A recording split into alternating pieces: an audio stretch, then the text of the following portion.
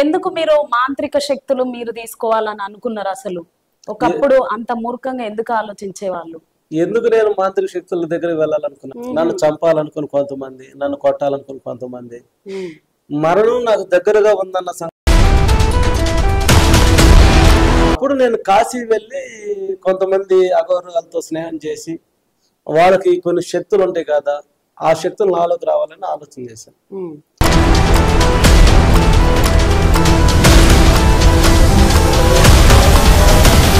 ఆ గుడిసెలకి ఏదన్నా ప్లాన్ చేసిరాము చంపడానికి. వీడు ఆల్రెడీ నిన్ను చంపటాకు వేరే దగ్గర డబ్బులు తీసుకున్నాను. అప్పుడు దాకా నాకు తెలియదు వాడు అటు చేస్తాడని. నేను యారా నెలకు వాడు పరిగెత్తున్నాడు, వాడు కత్తి ఉంది వెనకాల, వెంటనే కత్తి తీసి అయిపోతే వాడు కట్టుకున్నాడు. కట్టుకొని నా కుడి చేతిలో తీసుకొని కుంకుమ వేసి పచ్చి నిమ్మకాయ తీసుకొని తిప్పుతా, ఆ బొమ్మలు రెండు గాల్లో ఒక అడుగున్నర లేచి నేను ఒక అరడుగు లేచి కూర్చున్నా.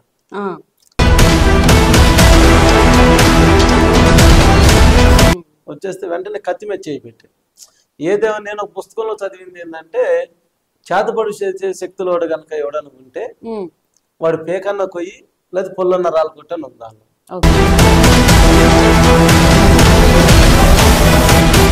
అందుకని వాడు పేక కోత అని చెప్పి కత్తి మీద చేయి పెట్టాను. చేపట్టగానే ఆగు అని అరిచాడు. ఏందన్న? కొండరాజు అని. నేను మలిన్ రాజు. దేవుడు ఉంటే నాకు కనపడమను, కనపడితే నేను అడిగింది ఇస్తాడు ఏమని చెప్పి అంత వితన్వాదం చేసేవాడు.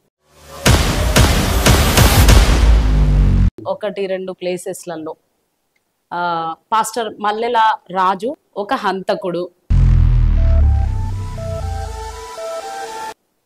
ఒక రౌడీ, డబ్బులు తీసుకొని పాస్టర్స్ ని సైతం చంపాలనుకున్న వ్యక్తి. అలాగే బైబుల్ చూస్తే ఒంటి మీద చీమలు తేళ్లు పాకుతున్నట్టు అవుతుంది అని ఆలోచించే వ్యక్తి. అలాగే వాళ్ళ మమ్మీ చేతిలో బైబుల్ చూస్తే ఆఖరికి ఆమెను చంపేద్దామా అన్నంత కోపం వచ్చిన వ్యక్తి మన ముందు కూర్చున్నారు. అందుకే ఫస్ట్ లో నేను స్పెషల్ గెస్ట్ అన్నాను. కానీ ఇప్పుడు ఎలా కూర్చున్నారు మన ముంగల అంటే, ఒక సంపూర్ణ క్రైస్తవుడిగా, ఒక పాస్టర్ గా కూర్చుని ఉన్నాడు. సో ఎందుకు సార్ మీరు ఒక రౌడీ, ఒక హంతకుడు, ఒక మాంత్రికుడిగా మారాలనుకొని ఎన్నో విన్నాం మీ గురించి. ఇవన్నీ వాస్తవాలేనా అసలు? ముందుకు గతంలో మీరు హిందువా లేకుంటే నాస్తికులా? నేను హేతువాది. హేతువాది అంటే దేవుడు లేడని చెప్పేవాడిని. నాస్తికుడు అంటే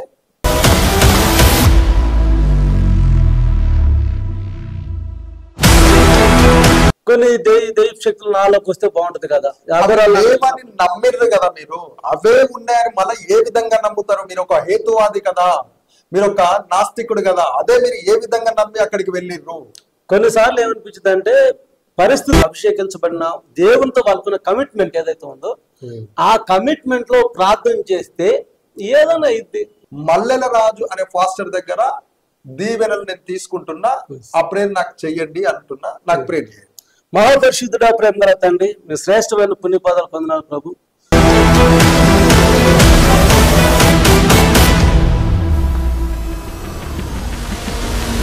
వెల్కమ్ టు టుడే 18 న్యూస్. నేను మీ కల్పన.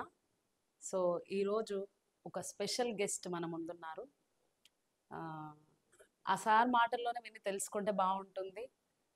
కొన్ని నెగిటివ్గా చెప్పాలన్నా, పాజిటివ్గా చెప్పాలన్నా, అసలు క్రైస్తవ్యంలోకి ఎలా వచ్చిండ్రు అని తెలుసుకోవాలన్నా నా మాటల్లో వినే కంటే సార్ మాటల్లో విని తెలుసుకుంటే బాగుంటుంది.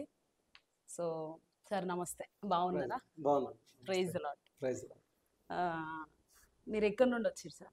గుంటూరు మేడం. అది గుంటూరు జిల్లా పొన్నూరు నిడిబ్రోల్ గ్రామం మాది. ఏం చేస్తుంటారు మీరు? నేను ఇప్పుడు పాస్టర్గా పనిచేస్తున్నాను. అంతకుముందు అంటే దేవుడు లేడు అని చెప్పిన దానిలో హేతువాదులు ఉండేవాడిని. దేవుడు ఉంటే నాకు కనపడమను, కనపడితే నేను అడిగింది ఇస్తాడు ఏమని చెప్పి అంత వితన్వాదం చేసేవాడిని. నా తల్లి కన్నీటి ప్రార్థన ద్వారా నేను యేసు ప్రభు సేవలోకి వచ్చాను. ఈ దేశంలో ఉంటే నన్ను అడవికి వెళ్ళి పూర్తి టైం పని చేయాలి అంటే నా ఆలోచన విప్లవం నక్సలైట్ అయిపోవాలని గదరంతో పాటు అనేక పల్లెలు పట్టణాలు విప్లవ ఉద్యమంలో ఉన్నాను నేను. కువైట్ వెళ్ళి అటు నుంచి అటు నల్లమల్ల అడవికి వెళ్ళిపోదాం అనుకున్నాను. కువైట్ దేశంలో నన్ను దేవుడు పట్టుకున్నాడు. కువైట్లో మీరు మార్పు వచ్చింది. అయితే ఇప్పుడు ప్రెసెంట్ మీరు దేవుడి సేవ చేస్తున్నారు, ఒక పాస్టర్ గా ఉంటూ ఆ సంస్థను రన్ చేస్తున్నారు. మ్యారేజ్ అయిందా సార్? మ్యారేజ్ అయింది, ఒక బాబు. బాబు ఏం చేస్తుంటారు? 6th క్లాస్ ఉంటున్నాడు. ఓకే. మమ్మీ ఉన్నారా? ఉన్నారు. మా అమ్మగారు 1.5 year అవుతుంది చనిపోయారు. ఓకే. లాస్ట్ ఇయర్ చనిపోయారు. సో ఈ ఇంటర్వ్యూ సమక్షంలో మేము మిమ్మల్ని ఏ క్వశ్చన్ అయినా చేయొచ్చు, ఎనీ క్వశ్చన్ అడగచ్చు. ఓకే కదా సార్? ఓకే. అయితే మేము ఇంతకు ముందు మీ టెస్ట్ మని విన్నాం అనమాట, 1-2 ప్లేసెస్లలో. పాస్టర్ మల్లెల రాజు సార్ పేరు.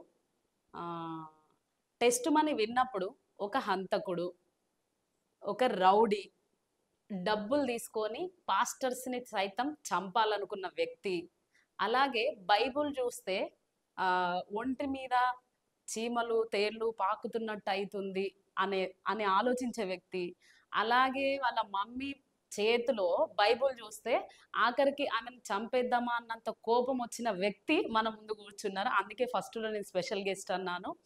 కానీ ఇప్పుడు ఎలా కూర్చున్నారు మన ముంగల అంటే ఒక సంపూర్ణ క్రైస్తవుడిగా, ఒక పాస్టర్గా కూర్చుని ఉన్నాడు. సో ఎందుకు సార్ మీరు ఒక రౌడీ, ఒక హంతకుడు, ఒక మాంత్రికుడిగా మారాలనుకొని ఎన్నో విన్నాం మీ గురించి, ఇవన్నీ వాస్తవాలేనా అసలు?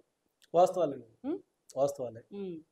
అంటే మా గ్రామం అక్కడ ఉంది కాబట్టి, నేను చేసిన స్నేహితులు చాలా మంది ఉన్నారు కాబట్టి కొంతమంది చనిపోయారు. దాదాపు 150 మంది దాకా నా జైలు మెట్స్ చనిపోయారు, చంపబడ్డారు. వాళ్ళల్లో నేనే బ్రతుకున్నాను కాబట్టి ఇప్పుడు యూట్యూబ్ ద్వారా లేకపోతే అనేక ఛానల్ ద్వారా వెళ్తుంది కాబట్టి అబద్ధం చెప్పడానికి ఏమాత్రం ఛాన్సెస్ ఉండదు. ఎందుకంటే నేను పెరిగిన వాతావరణం, పోలీసు వాళ్ళు నా మీద ఉన్న కేసులు ఫైల్ చేసిన వాతావరణం అంత రికార్డెడ్గా ఉంది కాబట్టి అందుకని ఇందులో అబద్ధం చెప్పే అంత ఇది లేదు. ఏం చెప్పినా సత్యమే చెప్తున్నాం కాబట్టి అదే ప్రజలకు వెళ్తుంది. ఎందుకు మీరు మాంత్రిక శక్తులు మీరు తీసుకోవాలని అనుకున్నారు? అసలు ఒకప్పుడు అంత మూర్ఖంగా ఎందుకు ఆలోచించేవాళ్ళు? ఎందుకు నేను మాంత్రిక శక్తుల దగ్గరికి వెళ్ళాలనుకున్నా అంటే, నాకు చాలా ప్రాణాపాయంలో నేను ఉన్నాను. అంటే నేను చంపిన వాళ్ళు, నేను కొట్టిన వాళ్ళు, నేను పొడిచిన వాళ్ళు నన్ను వెంట పడుతున్న పరిస్థితి. నన్ను చంపాలనుకుని కొంతమంది, నన్ను కొట్టాలనుకుని కొంతమంది. మరణం నాకు దగ్గరగా ఉందన్న సంగతి నాకు తెలుసు. అప్పుడున్న పరిస్థితులు ఏంటంటే నా నీడను కూడా నేను నమ్ముకోలేని పరిస్థితి. అప్పుడు కొంత మట్టుకి కొన్ని శక్తులు నాలోకి వస్తే మరణాన్ని పోస్ట్ పోన్ చేసుకోవచ్చు కదా అని ఆలోచన చేశాను. అప్పుడు నేను కాశీ వెళ్ళి కొంతమంది అఘోరాలతో స్నేహం చేసి వాళ్ళకి కొన్ని శక్తులు ఉంటాయి కదా, ఆ శక్తులు నాలోకి రావాలని ఆలోచన చేశాను. మా ఫ్రెండ్స్తో అడుగుతా ఏమన్నారంటే కాశీకి వెళ్దారా, అక్కడ కొంతమంది స్వామీజీలతో కలిసి ప్లాన్ చేద్దాం, కొన్ని శక్తులు నాలోకి వస్తే బాగుంటుంది కదా అనుకున్నప్పుడు, ఎందుకన్నా అంత దూరం మనకు రైల్వే స్టేషన్, నిడుపుల రైల్వే స్టేషన్ దగ్గర కొండరాజు అని ఉండేవాడు. కొండరాజు దగ్గరికి వెళ్తే అతను చేస్తాడన్న కొన్ని శక్తులు మీలో పంపిస్తారు కదా అంటే, నేను మన ఊర్లో అంత పనివాడు ఎవడు ఉంటాడు, ప్రొఫెషనల్ కావాలి అంటే నేను ఏం ఆలోచన చేసినా ప్రొఫెషనల్గా ఆలోచన చేసేవాడు. ప్రొఫెషనల్ కావాలి, అందుకే అక్కడికి వెళ్దాం కదా అని అన్నాను. అంటే వాళ్ళు కాదన్న ఒకసారి వచ్చి చూడు నువ్వు, అతను కనుక కరెక్ట్ చెప్పకపోతే మీరు అన్నట్టు వెళ్దాం అన్నారు. అప్పుడు సరే అని వెళ్ళాం. అతను శుక్రవారం పూజలో కూర్చుంటాడు. శుక్రవారం వెళ్ళినప్పుడు అతను అన్నది ఏంటంటే, మా ఫ్రెండ్ పిలిచాడు, కొండరాజు అన్నాడు. చిన్న పాకలో ఉండేవాడు. అంటే పిలిస్తే వచ్చాడు. బయటకు వస్తే నేను 10 మంది శిష్యులు వెళ్ళాం నాతో పాటు. అతను అన్నది ఏంటంటే, అందరిని చూశాడు. చూసి మధ్యలో ఉన్న నన్ను, నువ్వు ఒక్కడే వచ్చి నాతో కూర్చొని నీతో మాట్లాడాలని. అక్కడున్న మాంత్రికులు మిమ్మల్ని ఒక్కరిని సింగిల్ గా పిలిచాడు. ఓకే. నేనేందంటే నా నీడను కూడా నేను నమ్మలేని పరిస్థితి. నేను ఒక్కడే రాను, అందరూ వచ్చి కూర్చుంటా, అందరూ ముందే చెప్పమంటాను. కాదు నువ్వు ఒక్కడే రావాలన్నాడు. అంటే నేను ఒక్కడే రాను, నాకు థ్రెట్ ఉందన్న సంగతి తెలుసు. నా ప్లాన్ ఏంది, ఆ గుడిసెలోకి ఏదన్నా ప్లాన్ చేసిరాము, చంపడానికో దేనికో ఉంటుంది కదా. అలాంటి ప్లాన్ చేసినప్పుడు నేను జనంలోనే ఉంటాను, నేను ఒక్కడే రానంటే, కాదు నువ్వు రావాలన్నాడు. నేను రాను, బయటే చెప్పు, లేదంటే అందరూ పిలిచి కూర్చోబెట్టు, అంతేగాని ఒక్కడే రానంటే. అప్పుడు నాకు రైట్ అనుకునేవాడు మౌర్య అనేవాడు. వాడు నేను ఎక్కడికి వెళ్తే అక్కడ నేను సెటిల్మెంట్లు చేసినప్పుడు డబ్బులు తేవటం, నాకు ముందు పోవటం, ఆ జైల్లో ఉండే ఆడు ఇచ్చేయటం, బెయిల్ తేవటం అన్నీ వచ్చేసేవాడు. ఉమ్, వాడికెళ్ళి చూసి వీడిని నమ్మబాకు నువ్వు అన్నాడు. ఉమ్. ఎందుకు నమ్మొద్దాను? వీడు ఆల్రెడీ నిన్ను చంపటాకు వేరే వాళ్ళ దగ్గర డబ్బులు తీసుకున్నాను. ఓ. అప్పుడు దాకా నాకు తెలియదు వాడు అటు చేస్తాడని. ఉమ్, నేను యారా అనేలోపు వాడు పరిగెత్తున్నాడు. వాడు కాలు కొద్ది దేవుడు ఉంటుంది. నా దగ్గర కత్తి ఉంది. వెనకాల వెంటనే కత్తి తీసేయకపోతే నువ్వు ఆగు, వాడి కాలు చేయి పడిపోయేలాగా నేను చేస్తాను, నీ కాళ్ళ దగ్గర తీసుకొస్తా, ముందు నీతో మాట్లాడరా అన్నాడు. ఉమ్, అప్పుడు నేను ఆలోచన చేస్తున్నా, ఏంది వీడింత కరెక్ట్ చెప్పాడు, నిజం అబద్ధం అనుకుని వాడు పరిగెత్తున్నాడంటే వాడు ఎక్కడ లొంగిపోయినట్టే. లొంగిపోయినట్టు. ఓకే. అందుకని నేను ఆలోచన చేస్తుంటే, నువ్వు ఇప్పుడు వస్తా నన్ను తిట్టుకుంటూ వచ్చావు కదా అన్నాడు. ఉమ్, నిజం నేను తిట్టిన మాట వాస్తవాన్ని. ఉమ్, వాడు కనుక నాకు కరెక్ట్ చెప్పకపోతే వాడు పేరుకు వస్తాను రాని. అప్పుడు లోకంలో ఉన్నాం కాబట్టి చాలా పొద్దున తిట్టాను నేను వాడిని. ఉమ్, వాడు తిట్టావు కదా నువ్వు అన్నాడు. ఎస్, తిట్టిన మాట వాస్తవం. నువ్వేం చేస్తావో, నువ్వేం చేసావో, నువ్వేం చేయబో నాకు తెలుసు, ఉమ్, నువ్వు రా లోనికి వచ్చి కూర్చో అన్నాడు. ఉమ్, అప్పుడు నేను లోనికి కూర్చుంటే మా ఇద్దరి మధ్యలో ఒక రాగి ప్లేటు పెట్టాడు, ఒక నల్ల బొమ్మ పెట్టి ఎంట్రుకలు దానికి అంటించున్నాయి. అతని ఒంటి మీద షర్ట్ లేదు, ఎర్ర లుంగి ఒకటి కట్టుకున్నాడు. కట్టుకొని నా కుడి చేతిలో తీసుకొని కుంకుమ వేసి పచ్చి నిమ్మకాయ తీసుకొని తిప్పుతా 45 నిమిషాలు అతను దేవతల్లో పిలిచిన దేవత పేరు పిలవకుండా కొత్త దేవత పేర్లు అన్నీ పిలిచాడు. ఉమ్, పిలుస్తా ఉంటే ఏంటి ఎంత జ్ఞానం ఎక్కడ ఉంది, ఎంత జ్ఞాపక శక్తి ఆడ ఉంది, కొత్త పేర్లన్నీ పిలుస్తున్నాడు అని నేను ఆలోచన చేస్తూ అతనికెళ్ళి చూస్తా ఉన్నా. వెంటనే అతను కొట్లాటుకెళ్ళి కోడి పుంజు ఊగిపోయినట్టు ఊగిపోతున్నాడు. ఉమ్, ఓ చేత్తో మేసం తిప్పుతా, ఓ చేత్తో నిమ్మకాయ తిప్పుతా మంత్రాలు అవన్నీ చదువుతా ఉన్నాడు. చదువుతా ఉంటే నేను ఏం చేస్తాడబ్బా అని ఓ పక్క లోపల ఏదో డౌట్ కొడుతుంది. ఉమ్, అయినా ఇక సీన్లోకి వెళ్ళిపోయాం. ఏదైతే అదైంది, మనం రిస్క్ బేర్ చేయాల్సిందే, ఇతనితో తేల్చుకుందాం అని చెప్పి నేను పర్ఫెక్ట్గా కూర్చున్నాను. ఉమ్, నాకెళ్ళి ఆ బొమ్మలకెళ్ళి చూసి గట్టిగా ఆడు అని అరిచాడు అతను. ఉమ్, ఎప్పుడైతే ఆడమన్నాడో ఆ బొమ్మలు రెండు గాల్లో ఒక అడుగున్నర లేచినాయి, నేను ఒక అరడుగు లేచి కూర్చున్నా. ఆ, నేను షాక్ అయిపోయాను. ఉమ్, మరి నాయన ఇడేదో కనకట్టేసేటట్టున్నాడా. ఉమ్, ఆ రాగి ప్లేట్ వచ్చి నా పేక కోసిద్దాము, ఆ బొమ్మ వచ్చి అని నా మీరు పేరు ఊహించుకుంటున్నారు. ఊహించుకుంటున్నా. ఆ, వెంటనే 1,00,000 ఆలోచనలు మైండ్లోకి వచ్చేసిన. ఉమ్, వచ్చేస్తే వెంటనే కత్తి మీద చేయి పెట్టి ఏదేమో నేను ఒక పుస్తకంలో చదివింది ఏంటంటే, చేతబడి చేసే శక్తులు వాడు కనుక ఎవడన్నా ఉంటే ఉమ్, వాడు పేకన్న కొయ్యి లేదా పొల్లన్న రాళ్ళు కొట్టని ఉందాను. ఓకే. నాకు కనపడుతుంది అటు పేక, పొల్లు రాళ్ళు కొట్టలేను. ఉమ్, నేను ఎప్పుడైనా జనాలు కొట్టినప్పుడు పేక మీద కొట్టేవాడు ఫస్ట్. ఉమ్, అందుకని వాడు పేక కొద్దని చెప్పి కత్తి మీద చేయి పెట్టాను. చేయి పెట్టగానే ఆగు అని అరిసాడు. అని ఏందన్న కొండరాజు అని, నేను మలిన్ రాజు అన్న. నాది మేకపోతే గంభీరం, ఎందుకంటే వాడిని నేనేం చేయలేను. ఉమ్, వాడు కనికట్లోకి నేను వెళ్ళిపోయినా, స్వాధీనం వెళ్ళిపోయాను నేను. ఉమ్, అయినా బలంతాన నేను తేరుకొని ఏదో ఒకటి చేయాలనుకున్న సమయంలో నేను నిన్నేం చేయను, నువ్వు నన్నేం చేయొద్దాను. అమ్మాయి అనుకున్నాను లోపల మనసులో, నన్నేం చేయగాను అన్నా. నేను నిన్నేం చేయను, నువ్వు నన్నేం చేయొద్దు. నాలో ఉన్న శక్తి నమ్మటం కొరకు నేను ఈ పని చేయాల్సి వచ్చిందన్న. ఆ, నాకు డౌట్ వచ్చింది. ముందు నన్ను కూర్చోబెట్టాను. ఉమ్. కూర్చున్నాడు, కింద కూర్చున్నాను. అంటే అంతవరకు ఇదంతా మీరు గాల్లోనే మాట్లాడుతున్నారు ఆ, ఆయనతో. ఆ, వెళ్ళండి రియల్ గా. రియల్ గా ఆ, అసలు ఓకే. నేను అనిపించిన ఆ ఫీల్. ఆహా, ఉమ్, కొండరాజు అనేవాడు తర్వాత ఉంటే నేను చాలా మంది అతని దగ్గరికి వెళ్ళేవాడు. చాలా ఉమ్, మందికి అతను చేతబడి శక్తులు చేశాడు. చాలా మంది అతని శిష్యులుగా ఉన్నవాళ్ళు ఉన్నారు. ఉమ్, చాలా ప్రయోగాలు చేశాడు అతను. ఉమ్. ఉమ్. సో ఇప్పుడు ఇది గాల్లో మాట్లాడిన తర్వాత కూర్చున్నారు మీరు. కూర్చున్నాను. ఆ, కూర్చున్న తర్వాత నాకు డౌట్ వచ్చింది. సర్కస్ లో మ్యాజిక్ లో ఈ దారాలు కట్టి అని ఆడిస్తున్నాడు, కంటికి కనపడకుండా అని ఉన్నాయని చెప్పి నేను ఆ పైన ఇట్ట నా చేతి అంటే నాకేం తగలేదు. ఉమ్, ముందు అట్ని ఆపాను, ఆగిపోండి అన్నాడు. అవి కింద పడిపోయాను. ఉమ్, యాస్టీజ్ ప్లేస్ లో ఉన్నాయి. ఉమ్, అప్పుడు చెప్తున్నాడు, నేను నీ జీవితంలో జరిగిన కొన్ని విషయాలు చెప్తాను. ఉమ్, కొండరాజు ఏదో చేస్తాను, భయపడి చెప్పొద్దు, ఉమ్, నిజమైతే నిజం అని చెప్పు, లేకపోతే లేదని చెప్పు అన్నాడు. ఆ, అప్పుడు నేను చేసిన ప్రతిదీ, ఎక్కడెక్కడ ఏం చేశాను, ఎవరెవరు నన్ను కలిశారు, ఎవరెవరు నాతో మాట్లాడారు, నేను ఏ స్థలంలో జైల్లో ఉన్నాను అని ఒక్కొక్కటి చెప్తుంటే అన్నీ నేను చేసినవి చెప్తున్నాను ఓకే. యాస్టీజ్గా. ఉమ్, ప్రతిదీ అవును, ఈ పని నువ్వు చేసావు కదంటే నేను చేశాను అవన్నీ చెప్పుకుంటూ వచ్చాడు. అవును నేను చేశాను కదంటే నీకట్టు తెలుసు అన్నాడు. నువ్వేం చేసావు, నా దేవత నాతో మాట్లాడుతున్నాను. ఉమ్, నా కరెక్ట్ అయిన బాస్ దొరికాడు. అప్పుడు నువ్వు నా గురువు గారుగా నేను ఉంటాను, నేను స్వీకరిస్తా. శిష్యుడిగా ఉంటాను. ఉమ్, నేను ఏ పని మీద వచ్చినా కూడా నీకు తెలుసు, ఆ పని నాకు చేసి పెట్టాను. ఉమ్, అతను అన్నాడు, "Yes, నువ్వు వచ్చింది నాకు అర్థమైపోయింది. నేను అమావాస్య రోజు అర్ధరాత్రి నేను మా గురువు గారి దగ్గరికి వెళ్ళి, ఉమ్, మా గురువు గారు భద్రాచలం అడవుల్లో ఉంటాడు, ఉమ్, సంజీవ్ మూలికి తీసుకొని వస్తాను. సంజీవ్ మూలికి తీసుకొచ్చి హోమం వేస్తాను, శ్మశానంలో హోమం వేస్తాను. మంత్ర బేజాక్షులు నీ నాలుగు మీద రాస్తా, కొన్ని మంత్రాలు నీకు నేర్పిస్తాను. అదంతా నిష్టగా నువ్వు చెయ్యి. అప్పుడు ఆ వశీకరణ తీసుకొచ్చిన సంజీవ్ మూలిక వశీకరణ చేసి నీ తొడలో పెడతా. అప్పుడు ఎవడైనా నిన్ను చంపాలని అనుకొస్తే, నీ కళల్లో కలబెట్టి చూస్తే నమస్తే అన్న అని చెప్పి ఆయుధాలు అక్కడ పడేసి వెళ్ళిపోతారు అని. ఉమ్, నాకెందుకు చేయాలనుకున్నావు అని అడిగాను. నువ్వు స్నేహానికి ప్రాణం ఇస్తావు, నువ్వు కనుక నాతో ఉంటే మనం డబ్బులు బాగా సంపాదించు, నా తోబుట్టు నా సొంత తమ్ముళ్ళలాగా నేను నిన్ను అనుకుంటాను ఉమ్, అని అన్నాను. సరే రైట్ అని చెప్పి గురుదక్షిణ కింద 10,116 అతనికి ఇచ్చి, ఉమ్, నువ్వు వెళ్ళురా, వెళ్ళొచ్చిన తర్వాత నేను నీ శిష్యుడిగా అవుతానని చెప్పేసి అన్నా. ఉమ్, అన్నప్పుడు సరే వెళ్తాను అన్నాడు. నువ్వు శ్మశానంలోకి వచ్చే ముందు ఆదివారం అర్ధరాత్రి ఎవడు చెప్పకుండా రావాలి ఉమ్, అని అన్నాడు. సరే అన్నా. ఒక లిస్ట్ ఇచ్చాడు, 15 రకాలు పసుకొమ్ములు, ఎండి మరికలు, తోమలపాకులు, ఎంట్రుకలు, ఉమ్. నల్ల కోడి, కోడిగుడ్లు, పసుపు, కుంకుమ అని ఇచ్చాడు. సరే తీసుకొని వస్తాను. సో అప్పటికి మీరు హిందువునేనా సార్, క్రిస్టియనా?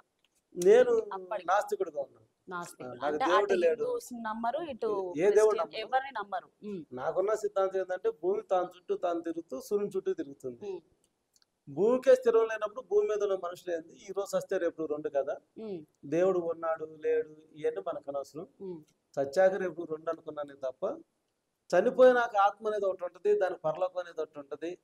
మనిషిని ఆత్మ నడిపిస్తుంది. ఉమ్, మనిషిది ఒక శరీరం అనేది మట్టి దేహం, ఈ మట్టి దేహంలో దేవుడు పెట్టిన జీవాత్మ అనేది నాకు అప్పుడు తెలియదు. ఉమ్. అయితే మీరు ఒక నాస్తికుడిగా ఉన్నారు అప్పటికి. నాస్తికులు అంటే ఇటు మంత్రాలు నమ్మరు, అటు దేవుళ్ళని నమ్మరు. మరి మంత్రాలను నమ్మి మీరు మంత్రగాడి దగ్గరికి ఎందుకు వెళ్ళాలి? మంత్రాలు నమ్మి నేను మంత్రాల దగ్గరికి వెళ్ళలేదు, కానీ మంత్రాలు సాతాను శక్తులు కావాలని కోరుకున్నాను. ఎందుకంటే మీ లైఫ్ కి ప్రాణాన్ని మీరు కాపాడుకోవడం సెక్యూరిటీ కోసం. కావాలి, ఉమ్, కొంతకాలం పోస్ట్ పోన్ చేసుకోవాలి. ఉమ్, ఎందుకంటే నా శత్రువులు ఎక్కువ ఉన్నారు. ఉమ్, ఏ క్షణాన చనిపోతానో తెలియదు, ఏ క్షణాన ఎవడు చంపుతాడో తెలియదు. ఉమ్, అలాంటప్పుడు అప్పటికే పోలీసు వాళ్ళు కూడా నా మీద కన్నేసించారు. ఎందుకు గద్దరంతో పాటు ఉన్నాను, ఉమ్, విప్లవ ఉద్యమాల్లో ఉన్నాను. కొంతమంది నక్సలైట్లు బయటకు వస్తే అర్ధరాత్రి తీసుకెళ్లి మా ఇంట్లో పెట్టిన రోజులు ఉన్నాయి, ఉమ్, వాళ్ళకి అన్నం పెట్టిన రోజులు ఉన్నాయి, వాళ్ళు ఎక్కడ వదలమంటే అక్కడ వదిలే పరిస్థితులు ఉన్నాయి. నక్సలైట్స్ కూడా మీరు హెల్ప్ హెల్ప్ చేశాను. మళ్ళా ఉద్యమకారులతో కూడా తిరిగి కలిసి ఉన్నాను. వర్క్ షాప్కి వెళ్ళాను. జయవారం నల్లమల్ల అడవిలో జయవారం దిగుమేట ఎగుమేట వర్క్ షాప్ జరిగినప్పుడు ఆ వర్క్ షాపులకు వెళ్ళేవాడిని. వెళ్ళాను. పూర్తి టైం పని చేయాలనుకున్నప్పుడు కువైట్ వెళ్ళిపోయాను. కువైట్ నుంచి వచ్చి అడవిలోకి వెళ్ళిపోతే ఇంటెలిజెన్స్ వాళ్ళని పోలీసు వాళ్ళని మమ్మల్ని అందరు నమ్మించి ఉంటుంది కదా. అక్కడ ఇప్పుడు కువైట్ కి ఎప్పుడు వెళ్ళారు మీరు? ఈ మంత్రాలు అవన్నీ నేర్చుకున్నారా? అసలు మంత్రాలు కొన్ని నేర్చుకున్నాను. మంత్రాలు నేర్చుకోవడానికి కూడా నేను పొలిమేరలోకి వెళ్ళి అమావాస్య రోజు తెల్ల జిల్లేటి చెట్లు ఏర్లు పీకితే దయ్యాలు వస్తాయి, నాకు నగ్నంగా పూజలు చేస్తున్నప్పుడు మా ఊరి పొలిమేరలోకి వెళ్ళిపోయి అమావాస్య రోజు కూర్చొని ఒక్కడనే ఒక ఇత్తడి చెంబు తీసుకుని వెళ్ళి తుమ్మ కర్ర ఒకటి తిప్పి ఆ కొబ్బరికాయలు కొట్టి ఆ మంత్రాలు చదివి ఆ తెల్ల జిల్లేటి చెట్టు ఏర్లు పీకేవాడిని. ఏది వచ్చేది కాదు, రాలేదు. దయ్యపు శక్తులు ఏమి వచ్చేవి కాదు. తర్వాత నాకు అర్థమైంది ఏంటంటే, నేను ఇంట్లో లేకపోతే మా అమ్మకి మా అక్క వాళ్ళకి ప్రార్థన చేయడం తప్ప ఏం తెలియదు. నేను వస్తేనే వచ్చాడు మా అబ్బాయి బతికి వచ్చాడు అనుకునే పరిస్థితి అనమాట. అందుకని నేను ఇంట్లో లేను, ప్రతి నైట్ వాళ్ళ కోసం ప్రార్థన చేస్తాను. అమ్మ వాళ్ళు క్రిస్టియన్సే ఫస్ట్ కాదు, మా అమ్మ నాగేంద్ర స్వామి పుట్టుకు పాలు పోసి. మరి వాళ్ళు ఎట్లా కన్వెంట్ అయ్యారు? మా అమ్మ ఒకసారి గేదెలను తోలుకోవటానికి వెళ్ళినప్పుడు ఆ నాగపాము తొక్కింది. గేదెలను తోలుకు రావాలి, మా ఇంట్లో పని వాళ్ళు ఉండేవాళ్ళు. మా అమ్మ ఆ రోజు ఎందుకో రాకపోతే పొలం వెళ్ళింది. పొలం వెళ్ళి గేదెలు తోలుకొస్తుంటే సాయంత్రం పూట చూడక గట్టు మీద నాగపాము తోక తొక్కింది. తొక్కినప్పుడు అది కాటేయటం మొదలుపెట్టింది. మా అమ్మ మా విలవెలుపు మా దేవత కదా అని చెప్పి దాన్ని దండం పెడుతుంటే ముందుకి కాటేయడానికి వచ్చినప్పుడు మా అమ్మ ఆ కొలిసిన ఏదైతే దేవతలు ఉన్నారో వాళ్ళందరి పేర్లు చెప్పినా గానీ పరిగెత్తుతున్నా వెనక్కి తిరిగి చూస్తున్నా గానీ అది ఎంట పడుతూనే ఉన్నాను. అప్పుడు మా అమ్మ ఎందుకో ఇక అయిపోతాను, ఇది నన్ను చంపేసిద్దని అనుకుని ఏ దేవుడు నన్ను కాపాడతలేదు అనుకొని అప్పుడు ఎందుకు ఆ నోటి నుంచి ఏసయ్యా నువ్వుంటే నన్ను కాపాడమని పెద్దగా అరిసింది. అరిసి వెనక్కి తిరిగి చూస్తే ఆ పాము పడగెత్తుకొని వచ్చేది ఒక రాయి ఉంటే రాయి కొట్టుకొని చచ్చిపోవటం మొదలుపెట్టింది. అది చూసిన మా అమ్మ ఇక ఏ స్వామి ఏ స్వామి ఏ స్వామి అంటే ఇంకా అది చనిపోయింది. చనిపోయిన తర్వాత ఇంటికి వచ్చి మా ఇంట్లో ఉన్న విగ్రహాలను తీసి బయటపడేసి దేవుడు నువ్వే కదండి. మా నాన్న మా అమ్మని చాలా సార్లు కొట్టాడు.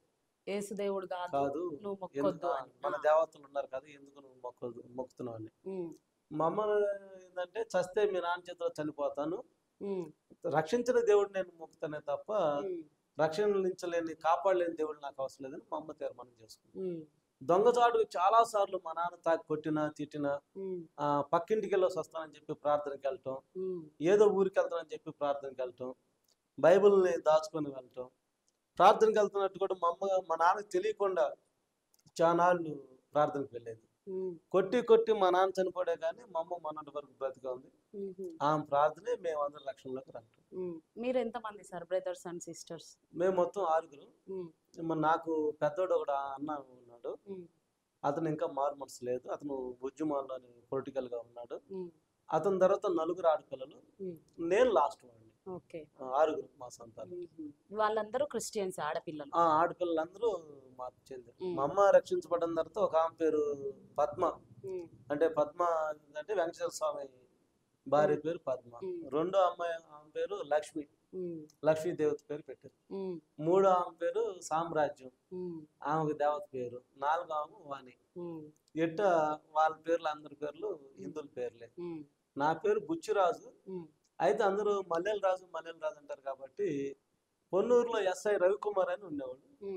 ఆయన అలియాస్ కత్తుల రాజు అని నాకు బిరుదు ఇచ్చాడు. ఎందుకంటే ఎట్లా నా దగ్గర ఉన్న స్పెషల్ కత్తులు నేను పొడిస్తే నొప్పి తెలియకుండా ఉండేదంటే తయారు చేసుకునేవాడిని. మీరే కత్తులు తయారు చేసేవాళ్ళు? అంటే ఆ ఫార్ములా నేను తయారు చేసేవాడిని. నాకు కొంతమంది కొలువలు ఉండాలి అప్పుడు కత్తులు చేసేవాళ్ళు. ఆ కత్తులు వాళ్ళ దగ్గర చేపించేవాడిని. ఆ కొన్ని కెమికల్స్ వాడేవాడిని ఆ కత్తులు చేపించేటప్పుడు. అందుకని అది మొద్దు బారిపోద్ది శరీరం.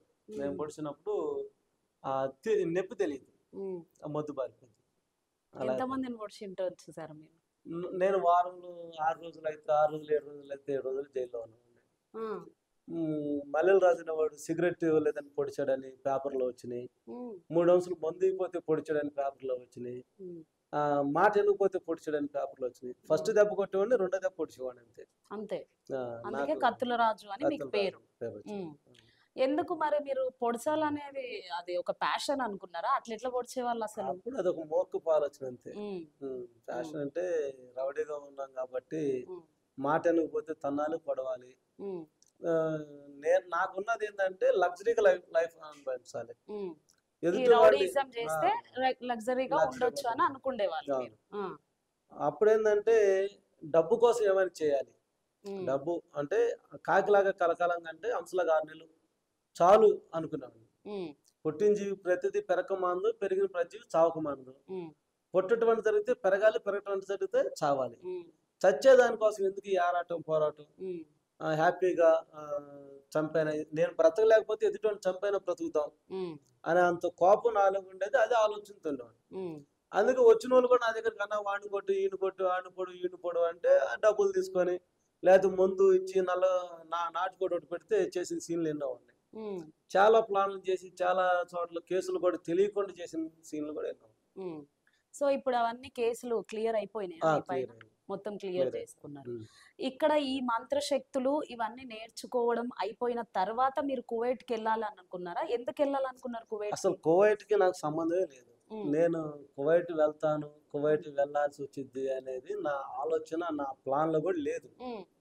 మా అక్క రైల్వే కోడూరులో ఉంటారు, కడప డిస్టిక్. అక్కడ ఉన్న వాళ్ళందరూ కువైట్ వెళ్తారు. నేను ఎప్పుడు ఏదో ఒక పేపర్ మీద సంతకం పెడితే మా అక్క 2000 కొట్టి అప్పుడు మాన్యువల్ పాస్పోర్ట్స్ అక్కడ ఉన్నట్టు అక్కడ తయారు చేయించింది. కడప జిల్లాలో పుట్టాను, కడప జిల్లాలో పెరిగానని అక్కడ పాస్పోర్ట్ తయారు చేయించి అక్కడ ఎప్పుడో ప్లాన్ చేస్తుంది. ఆ ఇంటి పక్కన వాళ్ళు ఎవరు కువైట్ లో ఉంటే వాళ్ళకి నా పాస్పోర్ట్ కాపీలు పంపిస్తే అక్కడ ఇది వచ్చింది. ఇది వచ్చినప్పుడు నేను 2 నెలలు ఇంకా అడుగులోకి వెళ్ళిపోయి ఫుల్ టైం పని చేయాలనుకున్నా. అప్పుడు నక్సలైట్లతో కలిసి ఉండి అప్పుడు కొంతమందికి చెప్పినప్పుడు పలానా రోజు పలానా చోటుకు రా, నువ్వు మేము మిమ్మల్ని జాయిన్ చేస్తాం, నువ్వు ఫుల్ టైం పని చేస్తుంది అని అన్నారు. అప్పటికి ఇంటెలిజెన్స్ వాళ్ళందరూ నా వెంట పడుతున్నారు. కొంతమంది వెంటపడటం, కొంతమంది ఎస్ఐ వేషంలో వచ్చి అడుక్కున్న వాళ్ళలాగా, పిచ్చి వాళ్ళలాగా మిమ్మల్ని మాతో పట్టుకోవడానికి పట్టుకోవడానికి వెంబడిస్తున్నారు. అసలు మా మాటలని విని ఉమ్, మమ్మల్ని ఎన్కౌంటర్ చేయాలి, ఉమ్, లేదు యూనిఫార్మర్గా మార్చుకోవాలని దానిలో ఉన్నారు 2004లో. ఉమ్, 2003లో గద్దరంతో పెద్ద మీటింగ్ పెట్టాం ఉమ్, ఎక్కడ పొన్నూరులో. ఉమ్, అప్పుడు దాదాపు ఒక 2-3 వేల మంది పోలీసు వాళ్ళు మా ఇంటి చుట్టూరు వెంట పడటం, ఎప్పుడు దొరుకుతాడో చూద్దాం, కరెక్ట్ మూమెంట్లో వేద్దాం అనే ఇదిలో కూడా ఉన్నారు. రవిశంకర్ అయ్యన్నారా అని కానీ అప్పుడు ఎస్పీగా ఉండేవాళ్ళు. ఉమ్, ఆ డయాస్ మీటింగ్ గద్దరన్ పర్మిషన్ కోసం నేను ఎస్పీ గారి దగ్గరికి వెళ్తే అప్పుడు గద్దరన్ ఫోటో చూసి అప్పుడు మావోయిస్ట్ పేరంటే ఇన్ఫార్మర్తో చంపే పరిస్థితి, భయంకరమైన పరిస్థితి. ఉమ్, నా పాయింట్ బ్లాక్లో కనిపెట్టి చంపేస్తా, నువ్వు ఇక్కడ తీసుకొస్తావా, ఉమ్, నీకు ఈ మీటింగ్ పర్మిషన్ కావాలి, ఇప్పుడు కాలిస్తే దిక్కే ఒకటరా నిన్ను అని ఆయన ఇష్టం వచ్చినట్టు మాట్లాడాడు. ఉమ్, నేను కళ్ళు మూసుకొని ఆ రోజే భూమి మీద నోకలు చెల్లుబాటు అయిపోయి అనుకున్నాను. ఉమ్, నాకు అయిపోయాను రా అనుకొని సార్ మాట మాట్లాడొచ్చా అన్నాడు. ఉమ్, ఏంటో చెప్పన్నాడు. అంటే ఏంలో సార్, నేను ఏదైతే కోరుకున్నానో అది నా ముందుంది, ఆ మరణం. ఓకే షూట్ చేయండి సార్ అన్న. ఉమ్, ఏం కోరుకున్నావు చెప్పరా అన్నాడు. నేను అనుకున్నది నా ముందుంది సార్, నా మరణం నేను ఎలాగైతే చావాలనుకున్నానో అలాగే నా ముందుంది, చంపండి. ఏం కోరుకున్నావు చెప్పరా అంటే అప్పుడు చెప్పాను. వేరు మరణం పొందుదాం అనుకున్నానండి, విప్లవ మరణం పొందుదాం అనుకున్నాను. ఇప్పుడు నన్ను చంపితే ప్రస్తుతం బయట మీ గోడ బయట ఉన్నారు, వాళ్ళకి నా డెడ్ బాడీ అప్ చెప్తే నా దగ్గర ఈ మీటింగ్ పాంప్లెట్స్ ఇవి ఉన్నాయి కాబట్టి నేను అమరుని అవుతాను. ఉమ్, అందరూ లాల్ సలం రాజన్న, కామ్రేడ్ రాజన్న అంటారు.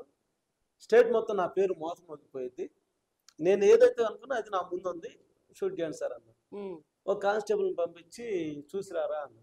వెళ్తే మా ప్రెస్ వాళ్ళంతా బయట ఉన్నారు. ఉమ్, అప్పుడు వాళ్ళు అడిగారు, మల్లెల రాజు అరెస్టా, వదులుతున్నారా, ఎన్కౌంటర్ ఏంది చెప్పమని వాళ్ళు అడిగారు. నేను ముందే చెప్పా, అబ్బాయి నేను ఇది హాఫ్ అన్ అవర్ తర్వాత రాకపోతే నేను ఎన్కౌంటర్ అనుకుంటా, ఉమ్, నన్ను లేదు నన్ను అరెస్ట్ అనుకోండి ఉమ్, అని చెప్పాను. చెప్తే వాళ్ళు అడిగారు, అడిగితే అప్పుడు లేదు మాట్లాడుతున్నారు వస్తారని ఉమ్, వెళ్ళి సార్ బయట ప్రెస్ వాళ్ళు ఉన్నారని. అప్పుడు ఎస్పీ గారు ఉమ్, నువ్వు దొరకపోతే నేను కుక్కను కలిసినట్టు కలుస్తాను రా నిన్ను అని చెప్పేసి అని ఇప్పుడు వదిలేసిండ్రు ఇంకా. అప్పుడు వదిలేసాను. ఆ, అప్పటికి మా చిన్నాన్న అడిషనల్ డీజీపీగా ఉన్నాను, ఉమ్, పోలీస్ ఆయన. మా చిన్నాన్న అడిషనల్ డీజీపీగా ఒక పెద్ద ర్యాంకులో ఉన్నాడు. ఉమ్, ఎక్కడ నేను మల్లెల బాబురావు గారు వాళ్ళ అన్నయ్య కొడుకున్నాను, లేకపోతే మా చిన్నాన్న ఒక అడిషనల్ డీజీపీగా ఉన్నారు. మా మావయ్య మా మేనత్త కొడుకు డీజీపీ ఫ్రమ్ కర్ణాటక ఉన్నాడు, ఉమ్, నీలమ్మ చిత్ర గారు. ఉమ్, ఆయన మా మేనత్త కొడుకు పెద్ద పోస్ట్లో ఉన్నాడని ఎక్కడ చెప్పేవాడు కాదు. ఆ, ఎక్కడ నేను వాళ్ళ పేర్లు కానీ చెప్పి వాడుకోవాలనే ఉద్దేశం మీకు లేదు. వాడుకోలేదు. వాళ్ళ పేరు చెప్పి నేను ఎక్కడ పోలీసు వాళ్ళ కేసుల నుంచి దాటిపోలేదు. ఉమ్, నేను పలానా మల్లెల బాబురావు గారు ఏమంటే ఏమో అనేవాడు. ఎందుకు వాళ్ళ పేరు ఖరాబ్ చేయాలి, ఉమ్, ఎందుకు వాళ్ళ పేరు పెట్టుకొని, లేదా నేను ప్రాణరక్షణతో బయటకు రావాలని అనుకున్నాను. ఉమ్, ఎప్పుడు చెప్పేవాడు. ఉమ్, కానీ ఒక శక్తి మాత్రం నన్ను విడిపిస్తుంది. ఎన్నోసార్లు ఉమ్, మరణం నుండి చాలా సార్లు నన్ను వెంటపడ్డా, ఉమ్, నన్ను చంపాలనుకున్నా, త్రుటిలో క్షణంలో నేను తప్పించుకున్నా. అప్పుడు ఏంటంటే నాకు లైఫ్ ఉంది, భూమి మీద నూకలు ఉన్నాయి అనుకున్నానే కానీ ఉమ్. నా తల్లి ప్రార్థన నన్ను విడిపిస్తున్న సంగతి నాకు తెలియదు. మరి ఆ తల్లినే చంపాలన్నంత కోపం ఎందుకు వచ్చేది మీకు అసలు? నేను పోలీసు వాళ్ళని తప్పించుకొని 3 గంటలప్పుడు ఇంటికి వెళ్ళేవాడిని. ఉమ్, పోలీసులు అప్పుడు దాకా నాకు అవసరం పట్టుకోవాలని కాపలా కాసినప్పుడు కేసుల నుంచి తప్పించుకోవాలని నేను ఇంటికి వెళ్తే ఉమ్, ఇంట్లోకి వెళ్ళి 2 గంటలు గంట పనుకొని 6 గంటలకల్లా బయటకు వెళ్ళిపోవాలి. ఉమ్. అప్పుడు మా అమ్మ ఎక్కెక్కి ఏడ్చి ప్రార్థన చేసి భాషలతో మాట్లాడుతూ ఉండేది. నా రూమ్ డిస్టర్బెన్స్ గా అనిపిస్తుంది. చాలా డిస్టర్బెన్స్ ఉండేది. ప్రార్థన అనేది అసలు నాకు 50 మంది శిష్యులు ఉన్నప్పుడు యేసుప్రభు 12 మంది శిష్యులే కదా, యేసుప్రభు కంటే గొప్పవాడు కదా అనుకున్నాను. అనుకున్నప్పుడు ఈమె ప్రార్థన నాకు చాలా కఠినంగా కఠోరంగా అనిపించేది. చాలాసార్లు కొట్టాను, తిట్టాను, చంపడానికి వెళ్ళాను. అసలు ఏంది చచ్చినోడు ఏడ్చుంటే ఏడుతున్నావు, చావలేదు కదా, బతికున్నాను కదా, నీ ఏడుపు సోప దగ్గర చచ్చిపోతాను నన్ను తిట్టాను. మా ఇంటి తలుపులు కొట్టి బద్దలు కొట్టేవాడిని. ఆ ఇనుప గడియలు కూడా బెండ్ వచ్చేది మా ఇంటి తలుపులు, అంత కోపం వచ్చేది. నేను కువైట్ వెళ్ళిన తర్వాత మా అమ్మ నా బుక్స్ అని తీసేసి ఆ బట్టల బ్యాగ్ లో బైబిల్ పెట్టింది. అక్కడ నాకు చాలా కోపం వచ్చేసింది. ఎందుకు కోపం వచ్చిందంటే తెలుగు మాట్లాడాలి, తెలుగులో లేదు. నేను అరబిక్ వాళ్ళ ఇంట్లో బందీ అయిపోయా. ఆ దేశం నుంచి బయటికి రావాలి. నేను వెళ్ళాలనుకున్న మార్గం పూర్తి టైం నక్సలైట్ అవ్వాలనుకుంటే మా అమ్మ బైబిల్ పెట్టింది, నా విప్లవ సాహిత్యాలను తీసి పడేసింది. ఈ బైబిల్ చూస్తే సేవలు పాములు పాగినట్టు అనిపించింది. ఇది పెట్టినందుకు అంటే నేను మెంటల్ గా తెలుగోడు మాట్లాడేవాడు లేక, తెలుగోడు నాకు పరిచయం లేక అసలు తెలుగన్నా చదువుదాం అనుకుంటే నేను ఏదైతే ఇష్టపడినో అదే నా ముందుండే లోపు ఇండియాకి వెళ్తే ఇక మా అమ్మని వేసేయాలని అనుకున్నాను. ఎక్కడైతే చేద్దాం అనుకున్నానో అక్కడ నేను రక్షించబడ్డకు కువైట్ దేశం నాకు ఉపయోగపడింది. అయితే కువైట్కి ఎందుకు వెళ్ళిరు సార్? ఒక పని కోసం వెళ్ళిరా లేదంటే మిమ్మల్ని మీరు కాపాడుకోవడం కోసం వెళ్ళిండ్రా? నేను కువైట్ వెళ్ళింది ఇంటెలిజెన్సీ వాళ్ళని, మా అమ్మ వాళ్ళని, పోలీస్ వాళ్ళని తప్పించుకొని కువైట్ వెళ్ళి 2-3 నెలలు అక్కడ ఉండి ఎంజాయ్ చేసి అటు నుంచి అటు ఆడ నల్లమల్ల అడుగుకొచ్చి ఎవడు చెప్పకుండా నాకులాగా ఉత్తరం రాసేవాడిని ఒకటి ఏర్పాటు చేసుకొని, ఒరే సంవత్సరానికో 2 సంవత్సరాలకు 6 నెలలకు ఒక ఉత్తరం వేయరా మా అమ్మోళ్ళకి అని చెప్పి నేను వెళ్ళిపోతే జనాలందరూ వీళ్ళంతా అక్కడ ఉన్నారు కదా, మల్లెల రాజా అనే వ్యక్తి అక్కడనే ఉన్నారని వీళ్ళ దృష్టిలో ఉండిపోతుంది. రాలేదు, ఎన్ని సంవత్సరాలు రాలేదు, అక్కడే చచ్చిపోయాడు కదా, ఎంతో మంది అటు దేశాలు కాలగర్భంలో కలిసిపోయారు కదా అని క్రియేట్ చేయాలనుకున్నారు అని క్రియేట్ చేయాలనుకుని వెళ్ళాను. కానీ అసలు క్రియేటర్ ఒక ఆయన ఉన్నాడు కదా మన పైన, ఆయన అక్కడ నా మెడ ఉంచాడు. ఒక అరబిక్ ఇంట్లో వాళ్ళు నన్ను నమాజ్ చేయాలి, నువ్వు చేయకపోతే చంపేస్తావు అని ఎడారిలో తీసుకెళ్లి చూపించేవాడు. నువ్వు మసీదు రాకపోతే ఇట్లా చంపేస్తావు, ఇట్లా మాట వినకపోతే చంపేస్తావు అన్నప్పుడు సరే ఏం చేయాలి అర్థం కాక నేను నమాజ్కి వెళ్తానే ఉండేవాడిని. 5 పూటలు నమాజ్ చేస్తే నా పేరు అప్పుడు ఇబ్రహీం అని పేరు పెట్టారు. నాకు నమాజ్ చేయడం నేర్చుకున్నాను. వైట్ వాళ్ళు వెళ్ళి వాళ్ళు ఎలా చేయాలి వాళ్ళు చెప్పేవాళ్ళు, సేమ్ అనేవాళ్ళు. అంటే నేను వాళ్ళు ఎలా చేయాలో అలా చేయాలన్నమాట, అలా చేస్తూ ఉండేవాళ్ళు. అప్పుడు నేను ఈ బైబిల్ తీసి ఇసురు కొట్టాను రూమ్ లో. ఇదెందుకు ఉంది నా బ్యాగ్ లో, అసలు దీన్ని పట్టుకోకూడదని ఇసురు కొట్టాను బైబిల్. ఏదైతే ఇసురు కొట్టానో అదే నాకు తెలుగుగా కనపడుతుంది.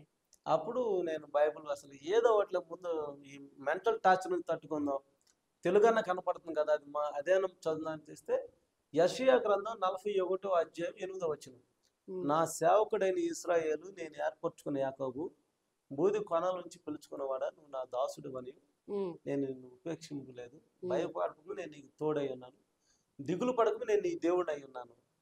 అసలు నేను భయపడుతున్నప్పుడు ఈ మాట నాకు ఎలా వచ్చింది, ఈ మాట నన్ను ఎలాగా మాట్లాడుతుంది, నేను దాసుని ఏంది, నువ్వు నన్ను పిలుచడం ఏంది అని నేను మరలా బైబిల్ మూసి బయటకు వస్తే మళ్ళీ అదే వాక్యం కనపడుతుంది. 3 సార్లు బైబిల్ తెస్తే 3 సార్లు అదే అధ్యాయం అదే వచ్చిన కనపడింది. అప్పుడు ఓకే ఎవరో నాతో మాట్లాడుతున్నారని నేను ఆ నైట్ పనుకున్నప్పుడు 3:30కు ఒక స్వరం విన్నాను, నిన్ను కాపాడింది నేనే అని ఒక స్వరం విన్నాను. తెలుగులో స్పష్టంగా విన్నాను. ఓహో నన్ను కాపాడటానికి ఎవరు ఇక్కడికి వచ్చారని చెప్పి 3:30 నేను లేచి మా కువైట్ వాడి ఇంట్లో ఆ ఖర్జూరపు చెట్లు ఉంటే ఆ చెట్లు పక్కన ఎవడన్నా ఉన్నాడా అని చూస్తే ఎవరు కనపడలేదు. 3:30కి లేచిపోయారు, బయట లేచిపోయాను. ఎవరో నన్ను పిలుస్తున్నారు, నన్ను ఎవరు తప్పించడానికి, నేను అక్కడి నుంచి తప్పించుకోవాలి, ఈ దేశం నుంచి నేను ఇండియాకి వెళ్ళిపోవాలి అని నేను అనుకుంటున్న ప్లాన్ వేసుకుంటున్నాను. ఎవడు నన్ను విడిపిస్తాడు, నా పాస్పోర్ట్ ఎలా వచ్చింది, నా పాస్పోర్ట్ వస్తే నేను వెళ్ళిపోవాలి కదా, నీ పాస్పోర్ట్ లేకుండా వెళ్ళిపోతే ఎయిర్పోర్ట్ దాటలేము, షిప్ లోకి వెళ్ళాలంటే మార్గం ఏంటి, షిప్ ద్వారా ఒకవేళ నేను ఇండియాకి రావచ్చా, చెన్నై బార్డర్ బాంబే బార్డర్ పడితే నేను వెళ్ళిపోతాను కదా అని నాలో నేను ప్లాన్లు వేసుకుంటున్నా. ఎవడు చెప్పినా నాతో హిందీయో లేకపోతే అరబిక్ మాట్లాడుతున్నారు తప్ప తెలుగు మాట్లాడుతున్నా. ఎవడు కూడా కువైట్ వాడితో మాట్లాడేవాడు కనపడలే నాకు. అప్పుడు నాలో నేను మదన పడుతున్నప్పుడు ఈ మాట నాకు కనపడింది, ఈ స్వరమేనా, నేను కాపాడేది నేనే కదా. నాకేమనిపించింది, నన్ను కాపాడటకు ఎవరో వచ్చారు అని నేను వెళ్తే ఎవడు కనపడలేదు. ఎవరు కనపడకపోతే ఎవరు చాలాసేపు దేవులాడారు, ఎవరు కనపడలేదు. అప్పుడు నేను ఆలోచన చేస్తుంటే నేను ఎక్కడ తప్పించబడ్డాను, ఎక్కడెక్కడ నేను విడిపించబడ్డాను అన్ని ఒక్కొక్కటి నా మైండ్లోకి వచ్చింది. ఇన్నిసార్లు నేను మరణం నుంచి బయటపడ్డానా, ఇన్నిసార్లు తప్పింది నాకంటే యమాహేములు చంపబడ్డారు కదా, యమాహేములు వెళ్ళిపోయారు కదా, మరణానికి ఎవడు కూడా దాసోహం కాదు కదా, ఎవడైనా ఈ రోజుకు కాకపోతే రేపు వెనక ముందు అనేది తప్ప ఎవడు అతిథులు కాదు మరణానికి. అలాగే నేను కాపాడని మొత్తానికి ఏదో నేను తెలుసుకోవాలి, అసలు దేవుడు ఎవరో తెలుసుకోవాలని అప్పుడు నేను నిర్ణయించుకున్నాను. ఎప్పుడైతే బైబిల్ గ్రంథంతో మీరు మాట్లాడిందో వాక్యం అనే వచనంతో అప్పుడు మీరు డిసైడ్ అసలు దేవుడు ఎవరు, ఇప్పుడు వెళ్ళాల్సింది నక్సలిజం వైపు లేకపోతే సామాజిక సేవ కోసం కాదు, దేవుడు ఎవరు తెలుసుకొని చచ్చిపోదాం. ఈ స్వరం విన్నారు కదా మీరు, అది ఎవరిది అనుకుంటున్నారు? అసలు నేను ఎవరో మనిషి పిలిచారు అనుకున్నాను, కానీ తర్వాత నేను దేవుడిని తెలుసుకున్న తర్వాత దేవుడే నాతో మాట్లాడాడు అనిపించింది. దేవుని స్వరం విన్నాను. దేవుడు మాట్లాడతాడా? కంపల్సరీ మాట్లాడతాడు. అంటే కొన్నిసార్లు దర్శనంతో మాట్లాడతాడు, కొన్నిసార్లు వాక్యంతో మాట్లాడతాడు, కొన్నిసార్లు ఆలాపంతో మాట్లాడతాడు, కొన్నిసార్లు కళలో మాట్లాడతాడు, ఇప్పుడు ఇవన్నీ దేవుడే మాట్లాడాడని తెలియటానికి రుజువు ఏంటంటే ప్రతి విశ్వాసి ప్రతి సేవకుడు వివేచన వరం కావాలి. ఫస్ట్ వివేచన వరం ఉంటే దేవుడు మాట్లాడా డెవిల్ మాట్లాడా అర్థమైపోతుంది. కొన్నిసార్లు డెవిల్ కూడా దేవుళ్ళ మాట్లాడతారు. అయితే మీరు స్టార్టింగ్ నుండి మనం చూసినట్టయితే ఒక మరణం మీ వెంబడి ఉంది, మిమ్మల్ని మీరు కాపాడుకోవడానికి ఇవన్నీ వెతుక్కుంటూ వెళ్తున్నప్పుడు మీకు ఈ సంఘటన ఎదురైంది. ఆ ఎదురైనప్పుడు మీకు అసలు బైబుల్ అంటేనే గిట్టదు, నచ్చదు. ఆ వాక్యాన్ని ఎందుకు పట్టుకున్నారు మీరు అసలు? నేను పట్టుకోలేదు. తెలుగు మాట్లాడేది కదా, తెలుగు అనేది ఏదో ఒకటి ఉండాలి నా మైండ్ లో. తెలుగు వాళ్ళు కనపడలేదు నాకు. అరబిక్ ఏం మాట్లాడిన అరబిక్, టీవీ ఆన్ చేస్తే అరబిక్, పేపర్ అరబిక్. ఈ అరబిక్ నాకు అర్థం కాని లాంగ్వేజ్ అయిపోయింది. వాళ్ళేమో కొట్టినట్టు మాట్లాడుతున్నారు, నాకేమో బానిసనైపోయినాను అక్కడ. నేను రాజులాగా బతికినాడు. ఆంధ్రాలో నేను రాజులాగా ఉన్నామండి. ఎక్కడికి వెళ్ళినా నమస్తేలు పెట్టడం, ఎక్కడికి వెళ్ళినా ముందు తేవడం, ఎక్కడికి వెళ్ళినా రాజరేఖ కాళ్ళు వచ్చేవాడు, చేతులు వచ్చేవాడు. ఈ లైఫ్ ఎంజాయ్ చేసినాను. నేను కువైట్ ఇంట్లో బానిసని అయిపోయాను. నా సిద్ధాంతం ఏంది, బానిసను రాజుని చేయాలనే ఆలోచనతో ఉన్నాను. రాజును బానిసని చేయకూడదు అనుకున్నాను. నేను రాజులాగా బతికెళ్ళి బానిస అయిపోయాను. అప్పుడు బానిసలాగా ఉన్నప్పుడు ఇక ఏం చేయాలి, ఆల్టర్నేట్ ఏంది, తెలుగు అన్నం మాట్లాడాలి, విప్లవ సాహిత్యాలు నేను తీసుకెళ్ళిన బుక్స్ అన్నం మాట్లాడాలి నాతో. అది కొద్దిగా చదివితే నెమ్మదిగా ఉంటది కదా అనుకున్నాను. మా అమ్మ ఏం చేసింది, ఆ బుక్స్ అని పడేసి బైబిల్ పెట్టింది. అప్పుడు మీకు అదే దిక్కు అయిపోయింది. అదే దిక్కు, నాకు వేరే ఆల్టర్నేట్ లేదు. ఇక వేరే లాంగ్వేజ్ లేదు. ఇక అరబిక్ ఆర్ ఇంగ్లీషు లేదు తెలుగు. చదివితే బైబుల్ చదవాలి, దిక్కు లేదు నాకు. నేను ఏదైతే ఇసురు కొట్టినా అదే చదవాలి. ఇక ఏదో వాటిలో ముందు బయటపడాలి కదా, అక్కడ నుంచి ముందు అసలు మెంటల్ టార్చ్ నుంచి బయటపడాలి కదా అని అప్పుడు ఆ జిప్పు తీస్తే యెషయా 41:8 వచ్చింది నాకు. వాక్యం ద్వారా దేవుడు మాట్లాడిండు, స్వరం ద్వారా మాట్లాడిండు. విన్నాను నేను క్లియర్ గా. ఇది విన్న తర్వాత మీరు దేవుడిని నమ్ముకోవాలనుకున్నారా? అప్పుడే నమ్ముకోవాలనుకున్నా. అసలు దేవుడు ఎవరో తెలుసుకుందాం. ఇప్పుడు భారతదేశంలో కొన్ని కోట్ల మంది దేవుళ్ళు ఉన్నారు. ముస్లిం దేవుళ్ళు అంటున్నారు, యేసుప్రభు దేవుడు అంటున్నారు. ఎవరు, నాకు దేవుడు అనేది కావాలి, తెలియాలి నాకు. నేను చచ్చేలోపు దేవుడిని తెలుసుకొని చచ్చిపోదాం అని అప్పుడు నేను నిర్ణయించుకున్నాను. అప్పుడు బైబిల్ చదవటం, కొద్ది బైబిల్ చదవటం మొదలు పెట్టాను. ఇలా కాదు బైబిల్ చదవాల్సింది, మొదటి నుంచి చదవదని తీర్మానం చేసుకున్నాను. అప్పుడు ఆదికాండం మొదటి అధ్యాయం మొదటి వచనం చదువుతుంటే ఫస్ట్ డే దేవుడు ఎలా చేశాడు, సెకండ్ డే చేశాడు, థర్డ్ డే చేశాడు, 6 రోజులు మనిషిని ఇలా చేశాడు, 7వ రోజు రెస్ట్ అన్నాడు. వారానికి 7 రోజులు కదా, 7వ రోజు సెలవు అంటే కువైట్లో అయినా భారతదేశం వరల్డ్ లో ఎక్కడో మొత్తం అయినా అంటే వారం మారొచ్చు, కానీ కువైట్ లో గల్ఫ్ కంటే శుక్రవారం ఉండొచ్చు, ఇండియాలో ఆదివారం. కానీ 1 డే సెలవు. దేవుడు కూడా అదే కాదు చేసింది. అంటే రియల్ కి నిజ జీవితానికి దగ్గరగా ఉంది. తర్వాత చనిపోయాక మానవుడు ఎక్కడ కలుస్తున్నాడు, మట్టిలో కలుస్తున్నాడు. దేవుడు ఏం చెబుతున్నాడు, మునుపటి వల్ల మట్టికి చేరును కాక అన్నాడు. మట్టిలో నుంచి తీసాను కాబట్టి మట్టిలో కలవన్నాడు. ఇది రియల్ కి దగ్గరగా ఉంది. ఇప్పుడు మానవుడు చనిపోయిన తర్వాత ఎక్కడైనా కానీ బూడి కాల్చినా, హిందువులు కాల్చినా, ముస్లింలు సమాధిలో మట్టి చేసిన, క్రైస్తవులు సమాధిలో పెట్టి మట్టి చేసిన మట్టి అవుతున్నారు కదా.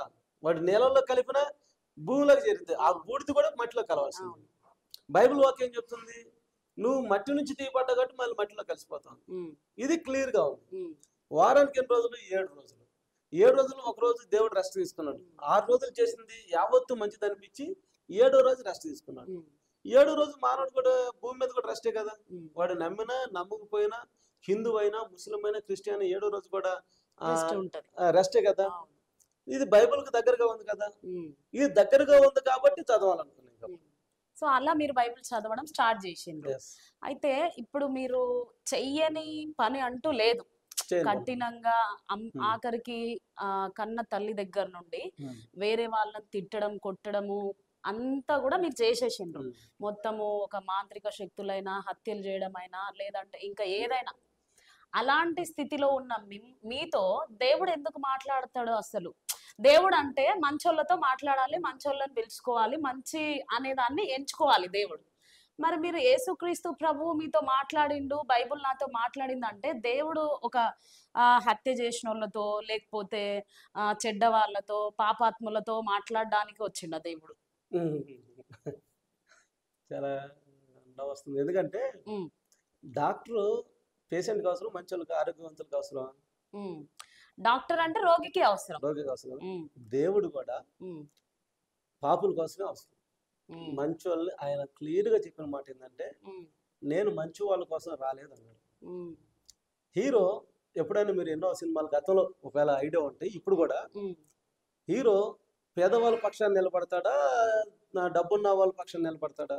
పేదవాళ్ళ పక్షంలో ఏ నిలబడతాడు. సినిమాను తీయండి, ఉమ్, ఎనీ హీరో తీయండి, ఉమ్, మొదటి నుంచి సినిమా స్టార్ట్ అయిన కాడ నుంచి సినిమా అంతం అయిపోయే వరకు ఉమ్, ఇప్పుడున్న అంటే రకరకాల హీరోలు ఉన్నారు. రాబోయే హీరోలైనా వచ్చిన హీరోలైనా వాళ్ళ యొక్క ఉద్దేశం ఏంటంటే వాళ్ళని ఎలా చూపిస్తారంటే, ఉమ్, పేదవాళ్ళకి అన్యాయం జరిగిన కాడే ఉమ్, లేదా అంచపడ్డ కాడే సమస్య ఉన్న కాడే హీరోని తీసుకొచ్చి సమస్య క్లియర్ చేస్తే హీరో అవుతాడు అతను. ఉమ్, అది క్లియర్ చేయకపోతే అతను హీరో కాలేడు కదా. ఉమ్, అందరూ సామాన్యమైన వ్యక్తి, అవును. అందులో చాలా మంది యాక్టర్లు ఉంటారు, కానీ ఈ సమస్యను క్లియర్ చేయగలిగిన వాడు మాత్రమే హీరో అవుతాడు. ఉమ్, యేసు ప్రభు కూడా ఉమ్, ఈ పాపాన్ని జయించుటకు వచ్చిన వాడు కాబట్టి, ఉమ్, మరణపు ముళ్ళు విరిచిన వాడు కాబట్టి, ఉమ్, పాపాన్ని తీసేసే ఆ ఒక్క లక్షణం ఆయనలో ఉంది కాబట్టి ఆయనే రియల్ హీరో. ఉమ్, అందుకే నేను ఆయన నమ్మాను. ఉమ్, చాలా మంది దేవుళ్ళు ఉన్నారు భారతదేశంలో, దేవతలు ఉన్నారు. ఉమ్, ఖురాన్ కొంత చదివాను, ఉమ్, బైబిల్ చదివాను. ఉమ్, బైబిల్ చదివినప్పుడు నా నిజ జీవితానికి నా తప్పులన్నీ క్షమించుటకు, నా పాపాలన్నీ క్షమించుటకు యేసే కరెక్ట్ అయిన వ్యక్తి అని అనిపించింది. ఉమ్, అప్పుడు అందుకే నేను వేస్తున్నాను. ఉమ్. అంటే ఎలాంటి పాపాత్ములనైనా ఎలాంటి చెడ్డవారినైనా క్షమించేవారే దేవుడు అని మీరు అంటారా? 100% అంతే. ఉమ్, ఇప్పుడు డబ్బు ఉన్నవాడిని అందరూ ప్రేమిస్తారు, ఉమ్, డబ్బు లేనివాడిని ప్రేమించేది కొంతమంది. ఉమ్, యేసు ప్రభు ఏమన్నాడు? దీనులను ప్రేమించుటకు నేను వచ్చాను, ఉమ్, దీనులను గనులు చేయడానికి వచ్చాను, ఉమ్, డబ్బు ఉన్నవాడిని చేయటానికి అన్నాడు. రెండు, పాపులను ప్రేమించేది నేను ఒకనే. ఈ లోపల ఉన్న దేవతలు దేవుళ్ళు పాపులను ప్రేమించారు లేదు నాకు తెలియదు, కానీ యేసు ప్రభు తను భిన్నంగా కనపడతాడు. ఉమ్, పాపులను ప్రేమించి, పాపులను క్షమించి, ఉమ్, పాపులను పరిశుద్ధులు పరచుటకు. ఉమ్, పాప అంటే మర్డర్ చేస్తేనా, మానభంగం చేస్తేనా, లేకపోతే ఇంకోటి చేస్తేనని కాదు. ఉమ్, అసలు దేవుడు తెలుసుకోకపోవటం ఒక విషయం అయితే, ఉమ్, ఈ షర్ట్ కొనాలంటే ఎన్నో రకరకాల ఆలోచన చేస్తాం. ఉమ్, ఈ షర్టు ఎక్కడన్నా హోల్స్ ఉన్నాయా, ఎక్కడన్నా దారం వచ్చిందా, ఇది మంచిదా, బ్రాండెడా కాదా అని ఆలోచన చేస్తాం. ఉమ్, మరి ఆత్మకు ఒక గ్యారెంటీ ఉండాలి కదా. ఉమ్, ఆత్మ ఎక్కడికి వెళ్తుంది, చనిపోయాక ఎక్కడికి వెళ్తుంది అనేది ఒకసారి ఆలోచన చేయాలి. ఉమ్, ఏ మనిషి అయినా కానీ ఉమ్, ఈ శరీరం మట్టిలో కలిసిపోతుంది, ఉమ్, ఈ శరీరం మట్టికి వెళ్ళిపోతుంది. కానీ ఇప్పుడు నేను మాట్లాడే శబ్దం ఉంది, ఇదే ఆత్మ అనుకోండి. ఉమ్, ఈ ప్రాణం నన్ను నడిపిస్తుంది, ఈ శరీరాన్ని నడిపించే ఒక ఆత్మ ఉమ్, ఎక్కడికి వెళ్తుంది, ఏమవుతుంది, ఇది పుణ్యం చేస్తే పరలోకమా లేకపోతే పాపం చేస్తే నరకమా, ఏ గ్రంథం అని ఏం చెబుతుంది అనేది మనం పరిశీలన చేయాలి. ఉమ్, షర్టు కొనటానికి 2000 రూపాయల షర్టు కొనటానికి 100 ఆలోచనలు, 100 రకాలుగా ఆలోచన, 4 షాపులు తిరిగితే ఉమ్, మరి ఆత్మను రక్షించుకోవటానికి 4 గ్రంథాలు చదవడంలో తప్పులేదు. ఉమ్, 2, యేసు ప్రభు క్లియర్గా పాపులను రక్షించుటకు వచ్చాడు కాబట్టి ఆయనలో ఏమైనా పాపం ఉన్నదా అని వెతికాం. ఉమ్, నా మటుకు నేను వెతికినప్పుడు ఆయనలో ఏ పాపం కనపడలేదు, నాకు కనబడలేదు. కనపడలేదు. ఉమ్. 2, పాపము కనపడలేదు, మరణాన్ని కూడా జయించిన వాడు ఆయన. ఉమ్, మరణాన్ని కూడా జయించి ఉమ్, ఆయన మరణమా నీ ముళ్ళు ఎక్కడ, ఓ మరణమా నీ ఇది ఎక్కడ అని అన్నాడు. ఉమ్, నువ్వెక్కడ, నీ గమ్యం ఎక్కడ అన్నాడు. అంత పిలవగలిగిన వాడు ఎవరు ఉన్నారు అసలుకి ఉమ్, సృష్టిలో అని వెతికాను. ఉమ్, ఎవరు మరణాన్ని పిలిచి మరణాన్ని జయించిన వాడు ఎవరు కనపడలేదు నా మటుకి. ఉమ్, అందుకే నేను యేసే ప్రభే ఈ మరణాన్ని జయించాడు, పాపాన్ని జయించాడు, పాపాన్ని పాపం క్షమించడానికి. ఉమ్, అంటే ఆయనలో ఎంత గొప్ప ప్రేమ ఉండాలి. ఉమ్, ప్రేమమయుడు కాబట్టి పాపులు క్షమించాడు, ఉమ్. ఆయన దూషించినా క్షమించాడు, కొట్టినా క్షమించాడు. ఉమ్. అది అందుకనే యేసు ప్రభు. సో క్రైస్తవులందరూ ఒక మాట అంటారు సార్, ఏమంటారంటే యేసుక్రీస్తు ప్రభు మానవాళి రక్షణ కొరకు తన రక్తాన్ని చిందించాడు అని అంటారు. అసలు ఒక్క మనిషి వచ్చి ఎంతమంది కోసం రక్తాన్ని చిందించగలుగుతారా? అసలు ఆ రక్తంతో పాపం ఎలా పోతుంది కదా. ఉమ్, ఇప్పుడు మీకు అంటే వాస్తవాలు కొద్దిగా దగ్గరగా ఉండాలి ఏదైనా. ఉమ్, చాలా మంది హిందువులు, నేను తప్పు ఒప్పు నాకైతే తెలియదు కానీ ఇప్పుడు కూడా వాళ్ళు చేసిన పాపాలకి ఉమ్, కొంతమంది గొర్రెను బలిస్తారు, కొంతమంది కోడిని బలిస్తారు, ఉమ్, కొన్ని గ్రామాల్లో ముత్యాలమ్మ లేకపోతే ఈ గ్రామ దేవతల పేరు మీద ఎద్దును కూడా బలిస్తారు. ఉమ్, ఎందుకు బలిస్తారంటే రక్తము చిందించబడాలి అక్కడ అని. ఉమ్, మనుషులు చేసిన పాపానికి కోడినో మేకనో గొర్రెనో ఎద్దునో బలిస్తారు. ఉమ్, ఆ గ్రామానికి క్షేమంగా రావాలి, ఆ కీడు దాని మీద పోవాలని. ఉమ్. కీడు ఆ గ్రామానికి ఏదన్నా కలరా ఆ వచ్చింది జంతు రక్తం తోటి పోతది. ఏదైనా నమ్ముతారు వాళ్ళు. ఏదన్నా ఆ గ్రామానికి కరోనా లాంటి, అంతకుముందు కలరా ఉండేది, ఉమ్, మలేరియా ఉండేది, ఉమ్, టైఫాయిడ్ ఉండేది. ఈ కొన్ని జబ్బులు ఏంటంటే ప్రాణాలు తీసాయి. ఉమ్, వస్తే అందరూ సోకేది. ఉమ్, అందరూ సోకినప్పుడు ఏంటంటే ఇదేదో వచ్చింది, కీడు వచ్చింది, ఉమ్, ఈ కీడు పోవాలంటే ఏం చేయాలంటే గ్రామ దేవతకి బలి ఇవ్వాలి. ఉమ్, బలిస్తే ఆ జంతువు మీద అది పోయిద్ది, ఉమ్, ఆ మేక మీదగాను దాని రక్తం చిందించబడాలని ఆ దేవత ముందు పెట్టి దాన్ని తల నరికినప్పుడు అది కొట్టుకొని చచ్చిపోయినప్పుడు ఆ రక్తం అదంతా ఆ స్థలం అంతా ప్రోక్షించబడినప్పుడు ఆ రక్తం ద్వారా అది పోయిద్ది అనేది ఒక నమ్మకం. ఉమ్, అందుకే జంతువులు బలిస్తారు. నేటి వరకు కూడా కొన్ని గొళ్ళల్లో, కొన్ని చోట్ల ఈ దేశంలో ఇస్తారు. బలిస్తారు. అవును. ఇప్పుడు కోడి వల్ల ఒకప్పుడు బైబిల్లో కూడా ఉమ్, పావురు పిల్లలను బలి ఇవ్వండి, ఉమ్, గోవు పిల్లలను ఇవ్వండి, ఉమ్, కోడి ఎద్దులను బలి ఇవ్వండి, లేకపోతే దాని రక్తం చిందించండి, లేకపోతే గొర్రె పిల్లను బలి ఇవ్వండి అని ఈ బిఫోర్ క్రైస్ట్ ఉండేది, ఉమ్, ఒక క్రమం అన్నది. ఉమ్, యేసు ప్రభు వచ్చినాక ఈ ఒక మానవుడు బలి అయితే మానవుడు పాపానికి కోడినో గొర్రెనో మేకనో కాదు, ఉమ్, నేను నీతిమంతుడు కాబట్టి నేనే బలియాగం చేస్తానని చెప్పి ఇచ్చారు. ఉమ్, చాలా మంది అనేది ఏంటంటే యేసు ప్రభు రక్తం అంత ఉన్నదా, ఉమ్, ఆయన ఎప్పుడో చిందించాడు కదా, ఉమ్, ఎంత ఉన్నదా, అన్ని లీటర్లు కాచాడా, ఉమ్, లేకపోతే ఆయన రక్తం ఏమన్నా సముద్రమా, ఉమ్, సముద్రంలో అంత కలపొచ్చా అనేది ఉంటుంది. ఉమ్, ఏమంటే దేవుడు అండి ఆయన, ఉమ్, దేవుడు అలా నిర్ణయించుకున్నాడు. ఉమ్, దేవుడికి ఎదురు చెప్పగలిగిన వాడు ఎవడు లేడు. ఉమ్, దేవుడు క్రియేట్ చేస్తే మనం వచ్చాం ఉమ్, కదా, ఉమ్, దేవుడు క్రియేట్ చేస్తే మనం వచ్చినప్పుడు తిరిగి మనం దేవుడిని ఎలాగ క్వశ్చన్ చేస్తాం. ఉమ్, దేవుడు అంతెందుకండి, ఇప్పుడు బైబిల్లో భూమి ఆయన పాదపీఠం అని ఉంది. ఉమ్, మీరు ఒక అంతరిక్షంలోకి వెళ్ళి చూస్తే భూమి చిన్నగా గ్లోబ్ లాగా కనపడింది. ఉమ్, ఆయన పాదపీఠం ఇది. ఆయన పాదపీఠంగా పెట్టుకున్నప్పుడు ఆయన ఎలాగైనా చేయగలడు, రైట్? ఇప్పుడు మీరు ఒక ఛానల్కి హెచ్ఎంగా ఉన్నప్పుడు ఉమ్, మీరు మీ వర్కర్స్కి ఒక ఆర్డర్ ఇస్తే అదే చెయ్యాలి వాళ్ళు. ఉమ్, మీకు ఎదురు సమాధానం చెప్తే తీసి ఉద్యోగం తీసేస్తాను, అంతేనా? అవును. సీఎం గారు ఉన్నాడు అనుకోండి, ఉమ్, ఒక జీవన్ పాస్ చేశాడు అనుకోండి, అది వాస్తవిక అంతే, ఉమ్, అది చెయ్యాలి. అది ఐపీఎస్ అయినా, సీఎం ఐపీఎస్ చదవలేదు. సీఎం కంటే ఐఏఎస్ గొప్పవాడు, ఐఏఎస్ తర్వాత ఐపీఎస్ గొప్పవాడు, వీళ్ళందరూ గొప్పవాళ్ళు. ఉమ్, వాళ్ళందరూ స్టడీ చేసి మేధో శక్తి వచ్చిన వాళ్ళు. ఉమ్, కానీ 10th క్లాస్ పాస్ అయినా పాస్ కాకపోయినా సీఎం అవ్వచ్చు, ఉమ్, 10th అయినా అవ్వకపోయినా ఎమ్మెల్యే కావచ్చు. ఉమ్, వీళ్ళు చెప్తే ఆర్డర్ చేయాలి కదా. అవును. ఇది ప్రజలకు మంచిది, ఇది ప్రజలకు ఇప్పుడు 4,000 రూపాయలు ఫ్యాక్షన్ ఇవ్వాలి అని సీఎం అనుకున్నాడు. ఉమ్, ఎందుకు ఇవ్వాలని ఒక ఐపీఎస్ అడగడు, ఐఏఎస్ అడగడు, అవును. చట్టం ఆర్డర్ చేయాల్సిందే. పాస్ చేసిరు కాబట్టి చేసేయాల్సిందే. దేవుడు ఒక సీఎం కో, రాష్ట్రానికి సీఎం కో, ఒక దేశ ప్రధానికి ఎంత ఉంటే ఉమ్. ప్రపంచాన్ని మానవులు చేసిన సృష్టికర్తకి ఎంత కమాండింగ్ ఉండాలి. అంటే మీరు నమ్ముతున్నారు కాబట్టి సృష్టికర్త Yes. మీతో మాట్లాడి నా మట్టుకైనా నేను తెలుసుకున్నా అది. అయితే మా క్వశ్చన్ ఏంటంటే సార్, ఇప్పుడు క్రైస్తవులు అందరు కూడా వినండి.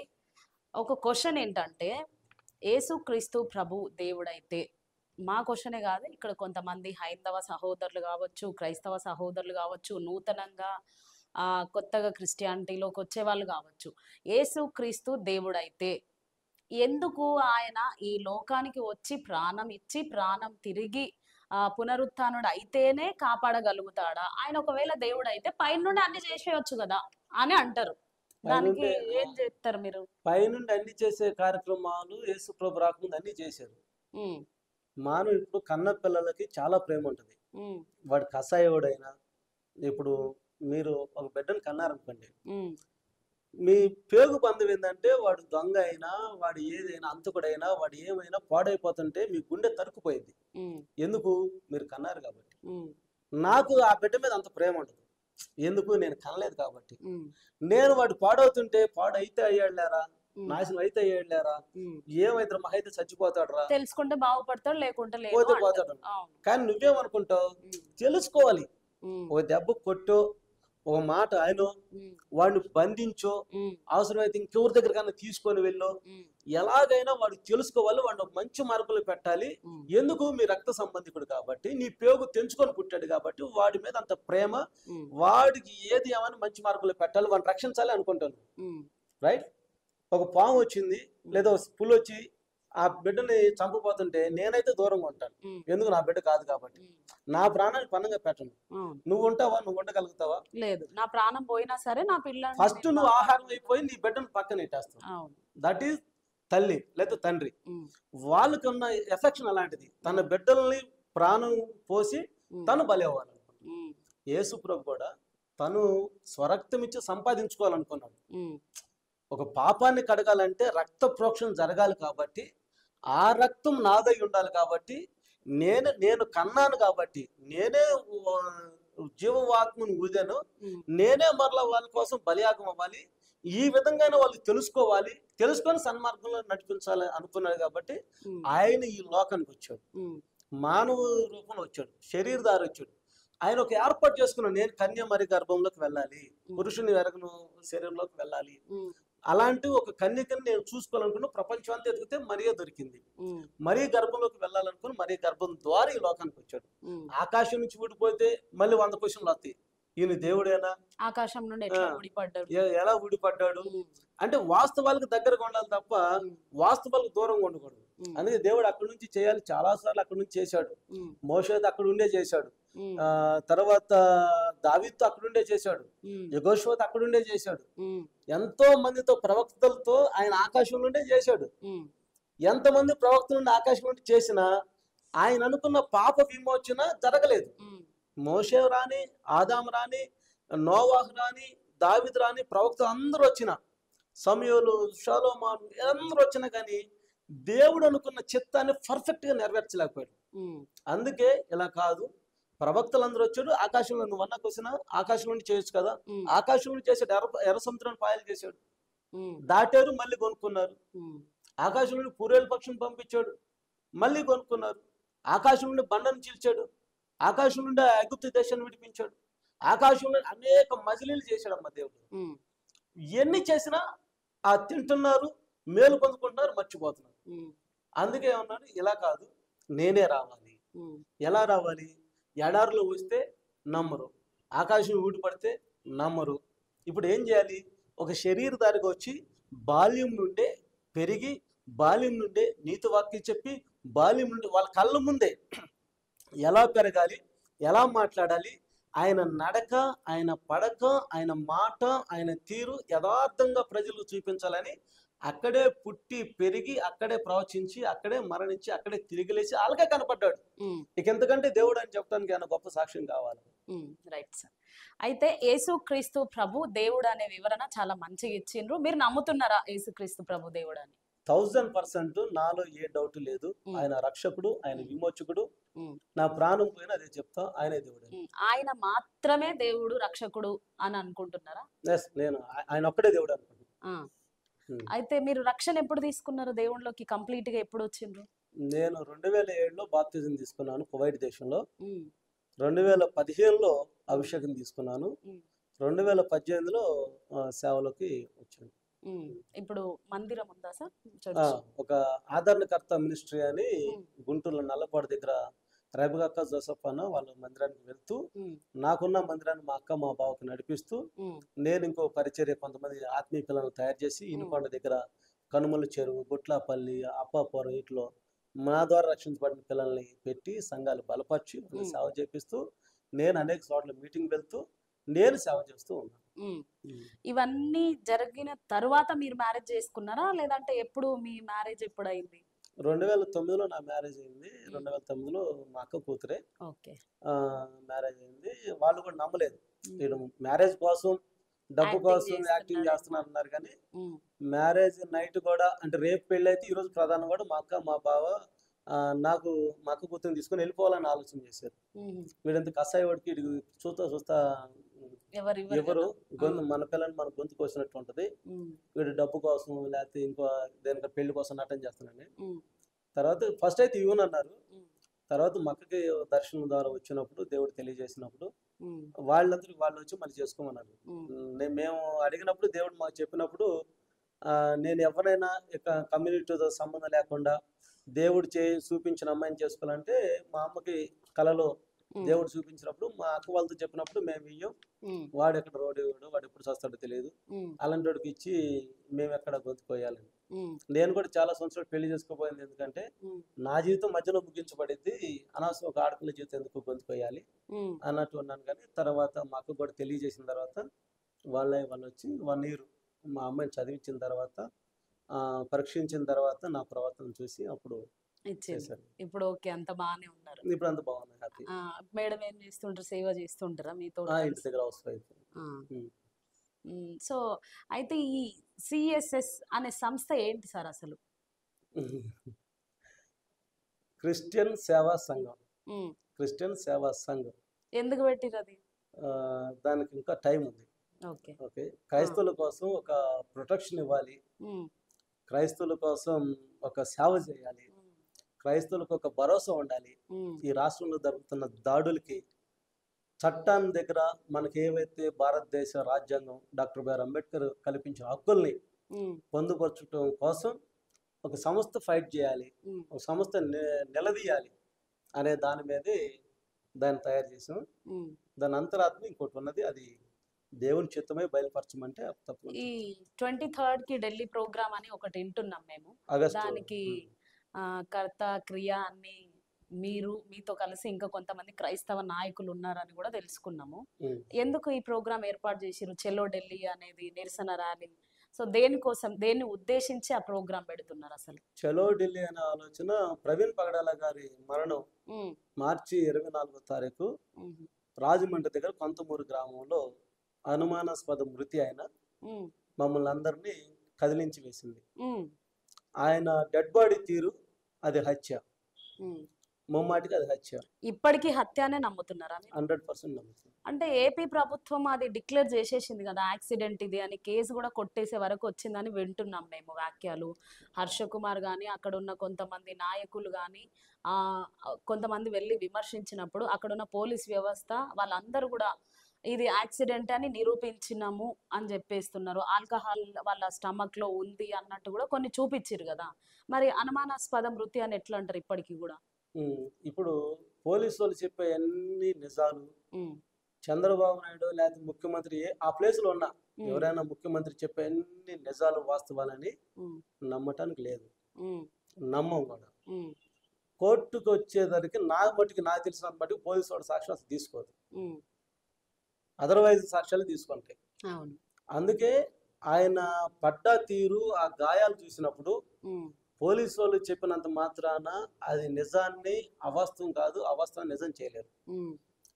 క్రైస్తవులకి యావత్తు 199 మంది, ఒకళ్ళు ఇద్దరు ఒక 1% 2% తప్ప 98 మంది ఓటింగ్ పెడితే అది హత్యనే చెప్తారు. ఎందుకంటే అది యాక్సిడెంట్ తీరు కాదు. యాక్సిడెంట్ అయిందంటే ఎలా జరిగిందో చెప్పాలి. లారీ గుద్దిందా, కారు గుద్దాడా, కారు గుద్దుండొచ్చు అని TV5 వాళ్ళు కూడా అన్నారు. గుద్దుండొచ్చేమో అన్నారు. ఉండొచ్చేమో అన్నప్పుడు ఆ కారుని ఎందుకు ట్రేస్ అవుట్ చేయలేదు? ఈయన గుద్దిన కారు తెలియాలి. ఒక హెడ్ లైట్ ఊడి అంతే గుద్దితే చనిపోవటం ఏంటి కదా. పైబెచ్చు ప్రవీణ్ పగడాల గారు హెడ్ లైట్ కూడా బాగు చేసుకోలేనంత మెకానిక్ తెలియనంత అమాయకుడేం కాదు ఆయన. ఆయనకు అన్ని గ్రంథాల మీద పట్టుండట్టే అన్ని పనుల మీద కూడా పట్టుంది. ఆయన లైట్ను ఒకవేళ ఆయన కనుక ఆ బైక్ మీద జర్నీ చేసి ఉన్నట్లయితే ఆయన లైట్ను ఆయన కట్టుకొని ఆయన రిపేర్ చేసుకుని వెళ్ళగలడు. ఆయన సామర్థ్యం కలిగిన వ్యక్తి. 2, పోలీసు వారు చెప్పారు ఇది యాక్సిడెంట్ అని. మేము అడుగుతున్నాం, గవర్నమెంట్ ఏమంటుందంటే ఇది మీ దగ్గర ఏమన్నా ఎవిడెన్స్ ఉంటే తీసుకురండి అన్నారు. మేము అడుగుతున్నాం మీ మీడియా ద్వారా, టుడే హిందుస్థాన్ ఛానల్ ద్వారా, యాక్సిడెంట్ అయినట్లు రుజువేంటి? మీ దగ్గర ఎవిడెన్స్ ఉన్నాయి? యాక్సిడెంట్ అయినట్లు ఫుటేజ్ లో అవన్నీ చూపించారు కదా వాళ్ళు. అతను కాదంటున్నాం కదా, అతను ప్రయాణం చేసింది. అతను కాదని మీరు ఎట్లా అంటారు? మీ దగ్గర సాక్ష్యాలు ఉన్నాయా ఆయన కాదు అని? ఇప్పుడు ఆ సాక్ష్యాలు తీసుకురాసింది ఎవరు?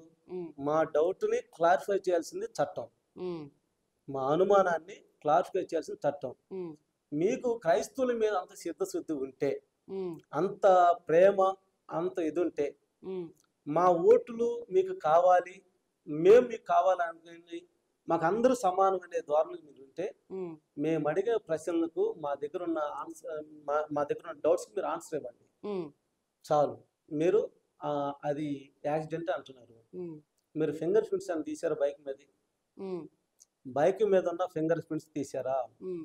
బైక్ మీద ఫింగర్ ప్రింట్స్ ఏమని వచ్చినాయి? ఎందుకు బహిర్గతం చేయలేదు? 2 రక్తంతో ముద్దైన కట్టెలు అక్కడ ఉన్నాయి కర్రలో. కర్రల మీద ఫింగర్ ప్రింట్స్ అని తీసారా? 3 మాస్క్ కలజోడు అన్ని విషయాలు అంతకుముందు చాలా మంది చెప్పుకుంటారు. అయ్యే నేను మరోసారి కొద్దిగా మరోసారి మీ దృష్టికి తీసుకొస్తున్నాను. ఆ స్పెడ్స్ మాస్క్ మీద ఫింగర్ ప్రింట్స్ అని తీసారా? 4 ఇంటి దగ్గర నుంచి ఇక్కడ నాగోల్ వరకు వచ్చే టీవీ ఫుటేజ్లు ఏమైనాయి? 5 బండి అంతెత్తి గాల్లో లేచి ఈయన మీద కరెక్ట్గా ఎలా పడితే ఈ బోన్స్ ఫ్రాక్చర్ అవ్వాలి. అవును, అది 200 కేజీలు ఉండే బైక్, అదేదో ప్లాస్టిక్ బైక్ కాదు, సినిమాలో కొట్టినట్టు ప్లాస్టిక్ స్టిక్ కాదు, కొట్టంగానే పేళ్ళు వెళ్ళిపోయే వరకు తల అలాగే ఉండటానికి. అది బైక్, అది బుల్లెట్, రాయల్ ఎన్ఫీల్డ్. ఆ రాయల్ ఎన్ఫీల్డ్ ఒకవేళ లేచి అలాగ పడితే ఇక్కడ చాలా గాయాలు అవ్వాలి. ఇక్కడ ఏం గాయాలు అవ్వకుండా పెదం వరకే తెగి పడిపోయి ఒళ్ళు వరకు తెగిపోవటానికి కారణాలు ఏంటి?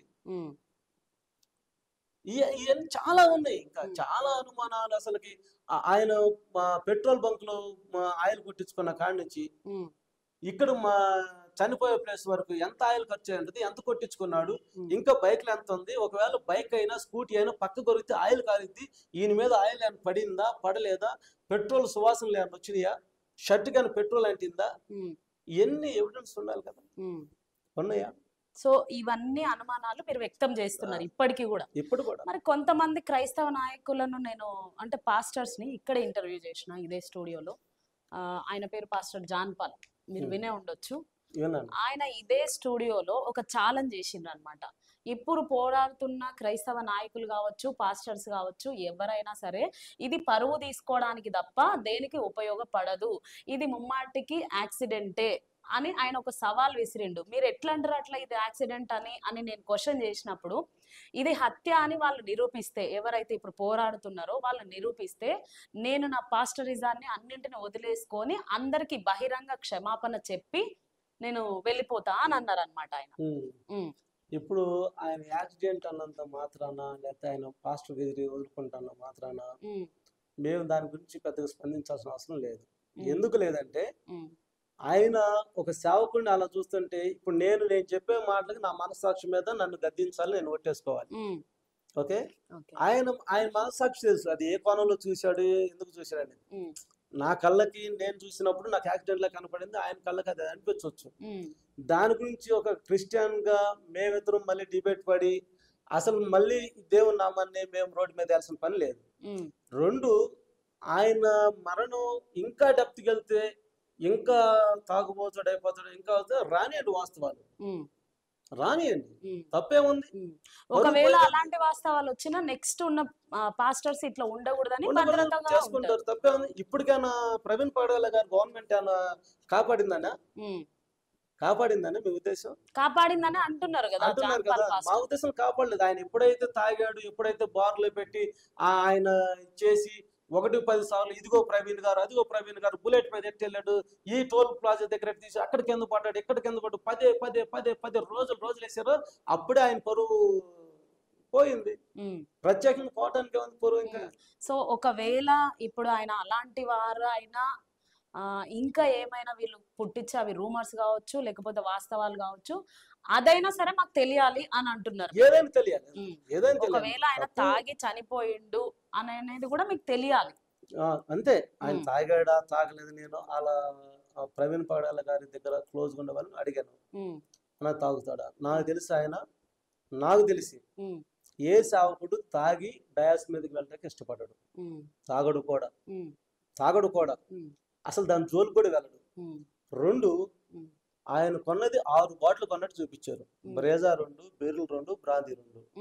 అవి కాక్టైల్ అయితే ఎక్కడ తాగాడు, తర్వాత పోలీసు వాళ్ళకి చిన్న క్లూ దొరికినా పెద్ద కేసులు చేసేసుకెళ్తారు. హైదరాబాద్ ఎల్బీ నగర్ దగ్గర నుంచి అక్కడ చనిపోయే వరకు, లేకపోతే విజయవాడ వరకు హైవేలో ఎక్కడ చేసి తాగినా కానీ ఆ బీరు బాటిల్ లేదా తాగిన కనపడాలి. బాటిల్ ఎంటీ బాటిల్స్ ఉండాలిగా. కొద్ది పోలీసులు 400 CCTV ఫుటేజ్ చూసినప్పుడు 400 కిలోమీటర్లు వెళ్ళి ఎక్కడ ఉంది ఏంటి ఒక అంటే హిస్టరీ ఛేదించాలనుకున్నప్పుడు కొంతమంది క్లూస్ టీమ్స్ పెట్టి కుక్క డాగ్స్ పెట్టి ఎక్కడ ప్రవీణ్ పగడాల్ గారు తాగి ఉంటారు ఆ బాటిల్స్ దాని మీద ఫింగర్ ప్రింట్ తీసుకుందాం, ఇక్కడ ఎక్కడ కూర్చొని ఉంటాడు ఐడెంటిఫై చేయడం పెద్ద కష్టమేం కాదు కదా. ఆయన గూగుల్ టేకఫ్ ఉంది కదా. ఇప్పుడు చాలా మంది అంటున్నారు సార్, ఎల్బీ నగర్ నుండి హైదరాబాద్ నుండి స్టార్ట్ అయినప్పటి నుండి ఆయన తాగుతూనే వస్తున్నారు. మళ్ళీ ఇక్కడ టోల్ ప్లాజా దగ్గర కూడా ఆల్రెడీ పడిపోతే ట్రాఫిక్ పోలీస్ వాళ్ళు కూడా లేపి కూర్చోబెట్టి మళ్ళీ పంపించినారు అంటున్నారు. ఇది అసలు అయితే ఈ క్వశ్చన్ మీరు అడగలేదా క్రైస్తవులుగా? మీరు ఒక ట్రాఫిక్ కానిస్టేబుల్స్ కానీ ట్రాఫికర్స్ కానీ డ్రంక్ అండ్ డ్రైవ్ లో పట్టుకోకుండా ఎందుకు వదిలేసిర్రు ఆయన అని మీరు ఎప్పుడు క్వశ్చన్ చేయలేదా ఎవరిని? క్వశ్చన్ చేసింది. ఇప్పుడు ఆయన అయితే వాళ్ళు ఆపేవాడు, ఆయన కాదు కాబట్టి చిన్న లాజిక్ అమ్మా. నిజంగా ప్రవీణ్ పగడాల గారు తాగుంటే ఆ లాపి పెద్ద పెద్ద పోస్టర్లు వేసేవాడు, తాగి డ్రైవ్ చేస్తున్న ప్రవీణ్ పగడాల, తాగి వాక్యం చెబుతున్న ప్రవీణ్ పగడాల అని వీడియోలు పెట్టి షార్ట్స్ పెట్టి రకరకాలుగా వేసేవాడు. ఆయన కాదు కదా, అందుకే ఆయన ఆపలేదు. సో ఈ ఆయన కాదు కదా, అందుకే మాస్క్ తీయలేదు. ఆయన కాదు కదా, అందుకే నువ్వు బాగున్నావు అంటే నేను బాగున్నా, నేను తమ్ము చూపించాడు బయలుదేరాడు అన్నాడు. ఆయన కాదు కదా 3-4 గంటలు ఇక్కడ పార్క్ లో పడుకున్నా అని చెప్పింది. ఆయన గనక ప్రవీణ్ పగడాలే తాగి ఉన్నట్లయితే ఈ సమాజం ఎవరైతే ఫోటోలు తీశారో, ఎవరైతే ఆ వీడియోలు పెట్టారో వాళ్ళందరూ ఇదిగో ప్రవీణ్ పగడాల గారు మాస్క్ తీసి పెద్ద పెద్ద కటౌట్స్ పెట్టేవాళ్ళు. ఈయన తాగి డ్రైవ్ చేసాడు, ఆయన తాగిన బాటిల్ ఇది, ఆయన కూర్చున్న ప్లేస్ ఇది, ఆయన వెళ్ళిన ప్లేస్ ఇది, ఆయన ఇక్కడ పడిపోయాడు, డాక్టర్ గారు మాస్క్ తీయద్దంటే ఆయన మాస్క్ పెట్టుకుంటే తీవని చెప్పి లాగేశారు అని చెప్పేసి పెద్ద పెద్ద వీడియోలు వచ్చాయి. ఆయన కాదు కాబట్టే ఆయన మాస్క్ తీయలేదు. ఆయన మాస్క్ తీసుకున్న ఫొటోస్ ఉండు, ఆయన కూర్చున్న ఫొటోస్ ఉంటాయి, పైపెచ్చు బైక్ బుల్లెట్ లైట్ కొట్టినట్టు ఫొటోస్ ఉంటాయి, అంత మట్టుకుంటాయి. ఆయన ఎక్కడ స్ట్రైట్ చూసినట్టు ఉంటుంది. అసలు ఆయనే ప్రవీణ్ పగడాలని రుజువేందని చెప్పమనండి. సో ఇదంతా ప్లానెడ్ గా చేసిర్రు అని అనుకుంటున్నా. ప్లాన్ ఎవరికి అవసరం అసలు ఆయనను చంపడానికి? ఒక వాస్తవంగా ఒక క్వశ్చన్ అడిగితే సార్, అసలు ఆయన చనిపోక ముందు పాస్టర్ ప్రవీణ్ పగడాల ఉన్నారు అని క్రైస్తవ సమాజానికే 50% తెలియదు అసలు. ఆయన చనిపోయిన తర్వాతనే ఈయన ఒక డిబేటరు, ఈయన రక్షణ టీవీలో చేసిండు, ఈయన ఒక మిషనరీ అని అన్ని బయటికి వచ్చినాయి వీడియోస్ చనిపోయిన తర్వాత. ఒక 50% క్రైస్తవ సమాజానికి కూడా తెలియని పాస్టర్ ని ఎవరు చంపాలనుకుంటారు అసలు? ఇప్పుడు ఇది ఎవరు చంపాలనుకున్నారంటే ఆయన సుప్రీంకోర్టులో యాంటీ కన్వర్షన్ బిల్ మీద ఫైట్ చేస్తున్నాడు, యాంటీ కన్వర్షన్ మీద చేస్తున్నాడు. మరి దానివల్ల ఇబ్బంది ఎవరికి ఉందో వాళ్ళు ఐడెంటిఫై చేయవచ్చు. ఓకే, కొంతమంది ఏంటంటే వాళ్ళ మిస్సెస్ ఆస్తి తగాదాలు అయ్యి అని రకరకాలు చెప్తారు. ఫ్యామిలీ మ్యాటర్స్ లో కూడా ఆయన మనస్తాపం చెంది తాగుడుకు గురై చనిపోయిందని కూడా కొంతమంది అంటున్నారు. ఆయన అంటే ఫ్యామిలీని సరి చేసుకోలేనంత స్టెబిలిటీ లేనుడు కాదు, ఫ్యామిలీని కూడా కంట్రోల్ చేసుకోలేక ఫ్యామిలీలో ఆస్తి తగాదాలను సెటిల్ చేసుకోలేనంత అమాయకుడు కాదు, అంత అజ్ఞాని కూడా కాదు. ఆయన అన్నిటి మీద జ్ఞానం కలిగి భయంకరమైన తాగుబోతులకి కౌన్సిలింగ్ ఇచ్చి ఆయన మార్చినవాడు. క్రూరమైన వాళ్ళని మార్చిన వాడికి భార్యను మార్చుకోవటమో లేకపోతే దమ్మును మార్చుకోవటమో లేకపోతే ఆస్తి తగాలు చక్క పెట్టుకోవటంలో పెద్ద ఇది కాదు. ఆయన ఆ డబ్బు దగ్గర ఆయన ఎక్కడ చేసినా ఫ్రీగా సేవ చేసినవాడు. డబ్బును ప్రేమించినోడు డబ్బు కోసం ఎలాగా తాపత్ర పడతాడు? డబ్బును ప్రేమించోడైతే వెళ్ళిన కోట నాకు రేట్ ఎంత, నాకు 1,00,000 ఇవ్వండి, 2 లక్షలు ఇవ్వండి, 3 లక్షలు ఇవ్వండి అడగాలి, డిమాండ్ చేస్తారు. నాకు లాడ్జ్ పెట్టండి, నేను 10 మంది గన్ మ్యాన్ తో వస్తాను, సెక్యూరిటీ గార్డ్ తో వస్తాను అని అనాలి. ఆయన ఎందుకు సేదాగా ఒక్కడ వెళ్ళాలి? ఆయన ఎందుకు అసలు ఆర్భాటం లేకుండా వెళ్ళాలి? ఈ రోజు చూస్తున్నారు కదా, చిన్నగా ఏదన్నా కొద్దుకుంటే పక్కన 10 మంది వేసుకుని వెళ్ళే ఉంటారు. వెళ్ళొద్దని నేను అనట్లేదు, వాళ్ళకుంటే థ్రెట్ ఏదో ఉందో మరి నాకైతే తెలియదు. అయితే అంత మాత్రం ఈయన ఒక్కడే వెళ్ళి సేవ చేసి అంత చేస్తున్నంటే ఎంత కమిట్మెంట్ ఆయనకి దేవుడితో ఉంటే. ఆయన తాగాలంటే అమెరికాలో తాగొచ్చు మా స్కాచెస్. ఆయన ఫ్లైట్ వెళ్ళి ఆ ఉదయం అక్కడ తాగి 4 రోజులు ఆడ కొనుక్కొని ఇదే రావచ్చు. మీరు ఎప్పుడైనా గమనించండి, రాత్రి అన్ని బాటిల్ తాగినాడు, పొద్దున్నే మూతి బాడీ కంపు కొట్టుకోవాలి, కంపు కొట్టాలి. ఫస్ట్ రిపోర్ట్ లో ఇది ఆల్కహాల్ లేదే, ఫస్ట్ రిపోర్ట్ లో ఆల్కహాల్ లేదు కదా, మరి తర్వాత ఎందుకు వచ్చింది ఆల్కహాల్? ఎక్కడో కొద్దిగా ఉందని కదా, అది అప్పుడు ఎందుకు గుర్తొచ్చింది? ఫస్ట్ మీడియాలో వచ్చిన CCTV ఫుటేజ్లు ఐజీ గారు మాకు తెలియదండి అన్నారు కదా. తర్వాత అయ్యే వాస్తవం ఎందుకు అంటారు? ఎందుకు నోటీస్ మళ్ళీ ఎందుకు సభలు పెట్టుకుంటూ ఆపాలి? అంటే మీరు అనుమానాస్పదాలు అన్నారు కాబట్టి మేము క్షుణ్ణంగా పరీక్షించి ఇంకా డెప్త్ గా ఈ కేసును డీల్ చేసి ఇవన్నీ బయటికి తీసుకొచ్చి ప్రెస్ మీట్ పెడుతున్నామని అన్నారు. రీపోస్ట్ మార్టం చేసి అంత చిత్తశుద్ధి అంటే అమెరికన్ డాక్టర్ పిలిపించి 4XL పిలిపించి తీయమని చెప్పండి. మేము నోటి మీద ఈనేసుకుని అప్పుడు కూడా తాగి చనిపోయాడంటే ఎవరైతే ఎస్పీలు ఉన్నారో ఎవరైతే చేయమన్నారో కాళ్ళు కొట్టుకు క్షమాపణ అడుగుతారు. అమెరికన్ డాక్టర్స్ పిలిపించి రీపోస్ట్ మార్ట్ చేసి 10 కెమెరాలు పెట్టండి, పబ్లిక్ లో రీపోస్ట్ మార్ట్ చేయండి. వాళ్ళు కూడా క్రిస్టియన్ డాక్టర్ పిలిపించండి, పిలిపించి ఇది ఎస్ ప్రవీణ్ పగడాల తాగి చనిపోయాడు, ఇతను తాగుపోతాను నిందేస్తే నేను ఎవరైతే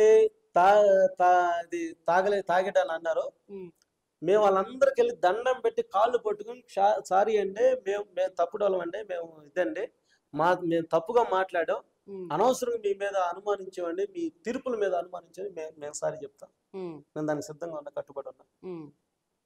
సో చూస్తున్నాం కదా, ఈ మీడియా ద్వారా వాళ్ళకున్న అనుమానాలు వాళ్ళు వ్యక్తం చేస్తూ ఇంకా ఏమంటున్నారంటే ఇది నిజంగానే వాళ్లకు అది తెలంగాణ ప్రభుత్వం కావచ్చు, ఆంధ్రప్రదేశ్ ప్రభుత్వం కావచ్చు, క్రైస్తవుల మీద చిత్తశుద్ధి ఉంటే ఇది నిజంగానే తాగి చనిపోయాడు అని నిరూపించండి, మళ్ళీ రీపోస్ట్ మార్టం చెయ్యండి అని ఒక సవాల్ విసురుతున్నారు. సో ప్రభుత్వం సైడ్ నుండి అయినా లేకపోతే క్రైస్తవుల సైడ్ నుండి అయినా మేము కూడా మా మీడియా ద్వారా ఏం కోరుకుంటున్నామంటే ఉన్న వాస్తవాలను చూపియాలని మేము కూడా కోరుకుంటున్నాం. ఎందుకంటే చనిపోయింది ఒక సామాన్యమైన వ్యక్తి కాదు, ఒక మత బోధకుడు, ఆయన ఒక వక్త.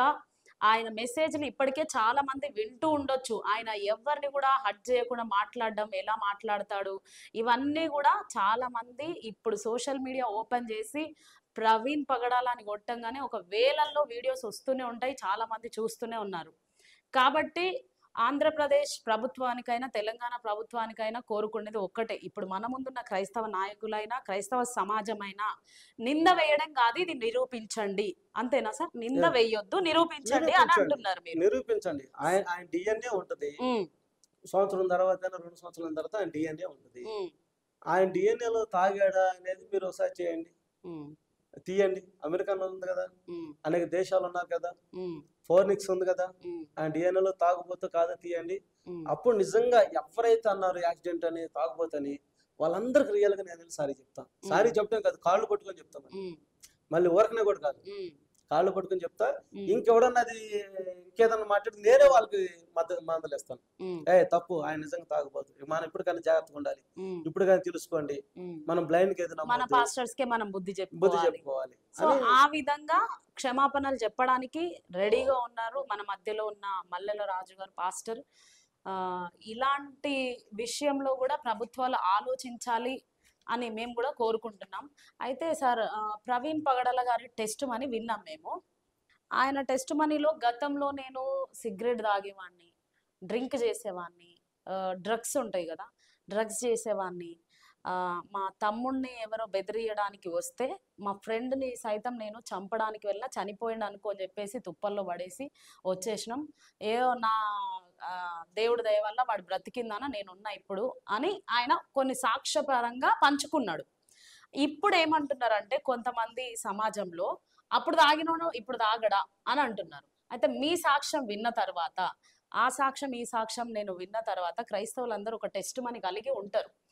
ఆ టెస్ట్ మనీ కలిగిన వాళ్ళే క్రైస్తవులుగా మారుతున్నారు కూడా. మీరు కూడా అన్నారు ఇప్పుడు నేను తాగేవాడిని, ఇలా క్రూరంగా ఉండేవాడిని, కోపస్తుని అని అంటున్నారు. అయితే ఇప్పటికి ఒకవేళ మీరు తాగుతున్నారా, లేదంటే ఒకవేళ తాగాలనే ఆలోచన మీ మైండ్ లో ఉంటుందా? మీరు ఉన్నారు మా కళ్ళ ముందు కాబట్టి నేను అడుగుతున్నా. మన మధ్యలో ప్రవీణ్ గారు లేరు, ఆయనను అడగలేం మనం. ఎప్పుడో 20-30 ఏళ్ల క్రితము ఇది చెడు అలవాటు అని వదిలేసిన వ్యక్తి మళ్ళీ తాగగలుగుతారా? మీరు కూడా అదే సిచ్యువేషన్ లో నుండి బయటకు వచ్చిర్రు, దేవుడు నాతో మాట్లాడాడు, నేను ఒక రక్షకుడిని తెలుసుకున్నాను, వచ్చాను అని ఇప్పుడు మా కళ్ళ ముందు మీరు ఉన్నారు. అయితే ఆ తాగుబోతు తన మీరు ఎప్పుడైతే వదిలేసిండ్రో మళ్ళీ దాన్ని స్వీకరించగలుగుతారా అసలు? అదే అమ్మా, ఎప్పుడు కూడా దాని జోలికి వెళ్ళరు. చిన్న చిన్న బలహీనత కొద్దిమందికి ఉంటే ఉండొచ్చు, దాన్ని దేవుడే సరి చేస్తాడు. మనుషులు ఎవరు జడ్జ్మెంట్ చేయకూడదు. రెండు మా మట్టుకైతే యేసు ప్రభు నమ్మకం ముందు అనేక బలహీనతలు ఉన్నాయి. చేసాం, నమ్మిన తర్వాత మానేసాం. రాత్రి కూడా ఒక ఫంక్షన్కి వెళ్ళాం, మా ఫ్రెండ్ మ్యారేజ్కి వెళ్ళాం, నేను బ్రదరే వెళ్ళాం. ఆ పక్కన చాలా మంది గుడారం వేసి మందు పార్టీ జరుగుతుంది. నా సాక్ష్యం ఆయన ఇప్పుడు. ఓకే, మేము మా మట్టుకి నేనెవడు అక్కడ ఎవరికి తెలియదు, నేనెవరో అక్కడ ఎవరికి తెలియదు. మీ ఏమైనా చేయొచ్చు, కానీ మా ఎడం కన్ను కూడా అటు చూడలేదు. మా ఎడం కన్ను కనీసం మా ఎడం కాలు కూడా అటు పెట్టలేదు. అందరూ చక్కగా ఎవరైతే నలుగురు కలిసి భోజనం చేస్తున్నారో, ఫ్యామిలీతో భోజనం చేస్తున్నారో అక్కడికి వెళ్ళాం. మాకు నచ్చింది తిన్నాం, హ్యాపీగా వచ్చాం. ఏంటి సమాజం ఎట్ట అయిపోయింది చూసావా, ఈ కల్చర్ ఎందుకు ఇలా అయిపోయిందని బాధపడ్డాం. దేవుని చిత్తం అయితే వీళ్ళందరికీ ఒకసారి జ్ఞానం రావాలని అనుకున్నాం. డబ్బు ఉండి ఇంత ఖర్చు పెడుతున్నారు అని చెప్పి తండ్రి కూతురి మీద ఉన్న ప్రేమ కొద్దీ ఇంత అరేంజ్మెంట్ చేశారని ఆనందపడ్డాం. దాన్ని మేము వచ్చేసాం. అంతే తప్ప ఇక్కడ ఎవరు లేరు, అక్కడ ఎవరు రాత్రి అసలు ఎవరు నన్ను గుర్తుపట్టే వాళ్ళు కానీ బ్రదర్ని గుర్తుపట్టే వాళ్ళు ఎవ్వరు లేరు. మాకు ఒకవేళ అలాంటి ఆలోచన అది ఉంటే మేము వెళ్ళి అక్కడ కూర్చొని తాగాలి, కానీ తాగలేదు. ఎందుకు తాగలేదంటే ఒకసారి వదిలేసాం, ఇంకా అనవసరం దాని జోలికి ఎట్టి పరిస్థితులు వెళ్ళాం. వెళ్ళే వాళ్ళు కూడా చెప్తాం. ఇప్పుడు మొన్న ఒక ఆయన సినిమా యాక్టర్ ఫిష్ వెంకటేశ్వర చనిపోయారు. ఆయన లేకపోతే ఆయన తర్వాత చనిపోయిన వాళ్ళు బతికున్న వాళ్ళు చెప్పిన మాట ఏంటంటే, తాగి గుట్కాలు వేసేసి చనిపోయాడు, కిడ్నీ పాడైపోయి లివర్ ఫెయిల్ అయిపోయింది చనిపోయాడు అన్నారు. మేం చెప్పేది అది, తాగటం వల్ల చనిపోతారు, గుట్కాలు తినడం వల్ల కిడ్నీస్ పాడైపోతాయి, తినబాకనే చెబుతున్నాం. మేం చెప్తే మత మార్పిడి, వాళ్ళు చెప్తే ఏమో ఇది జరుగుతుంది. అయితే మీరు ఒక చెడు మార్గాన్ని వదిలేసిండ్రు కదా సార్, ఈ తాగుడైనా ఏదైనా అన్ని వదిలేసి ఒక కమిట్మెంట్ తోటే నేను ఇందులోకి రావాలి, నేను ఒక మంచి మార్గాన్ని తెలుసుకున్నాను వచ్చిన తర్వాత మళ్ళీ ఆ చెడు మార్గం సైడ్ చూడగలుగుతారా అనేది నేను అడుగుతున్నాను. చూడరు, అందరూ అలా చూడరు అనేది లేదు, కొద్ది మంది ఉంటారు. ఒకటి రెండు. ఇప్పుడు మరి ఆ కొద్ది మందిలో ప్రవీణ్ గారు ఉన్నారు అనుకోవచ్చు కదా మీరు. ఆయనకి అలవాట్లేదు. అంటే ఆయన అన్నారు కదా టెస్ట్ మనీలో, నేను ఒకప్పుడు తాగేవాడిని. ఇప్పుడు అందరూ ఇప్పుడు యేసు ప్రభులో రక్షించబడ్డ ప్రతి ఒక్కడు పుట్టుకతోనే క్రైస్తవుడు కాదమ్మా. వాడు మర్డర్ చేసో లేకపోతే చంపో కొట్టో తాగో తిరుగో ఏదో ఒక విధంగా దేవుడు ఆడసాడు పట్టుకుంటాడు, జైల్లోనా వేరే దేశంలోనా వేరే ప్రాంతంలోనా. ఇప్పుడు ప్రవీణ్ పగడాల గారు ఆ చంపడానికి వెళ్ళినప్పుడు బయటకు వచ్చిన తర్వాత జరిగిన విషయం అది. ఓకే, నాకు కువైట్ దేశంలో జరిగింది. ఇందాక కూడా టెస్ట్ మనీ విన్నా, కాకినాడలో ఒక బ్రదర్ విన్నా, ఆయన జైల్లో జరిగింది. డానియల్ రాజు గారు అని మావోయిస్ట్ ఉన్నాడు ఆ దేశంలో, ఆయనకి జైల్లో జరిగింది, ఆయనకి అడుగులో జరిగింది. ఒక్కొక్కరు ఒక్కొక్క ప్లేస్ లో రక్షించుకుంటాడు. యేసు ప్రభు తెలుసుకోక ముందు అందరికి తాగుడు అలవాటు ఉండొచ్చు, తిరుగుబోతు అలవాటు ఉండొచ్చు, ఏమైనా ఉండొచ్చు. తెలుసుకున్న తర్వాతే కదా మారేది, అదే కదా మార్పు.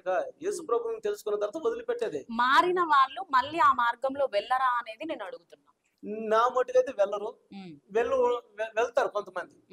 అందరూ ఇప్పుడు బైబిల్ పట్టుకున్న వాళ్ళందరూ పరిశుద్ధులు కాదు, బైబిల్ పట్టుకుని ప్రార్థన చేసిన వాళ్ళందరూ నీతిమంతులని కాదు.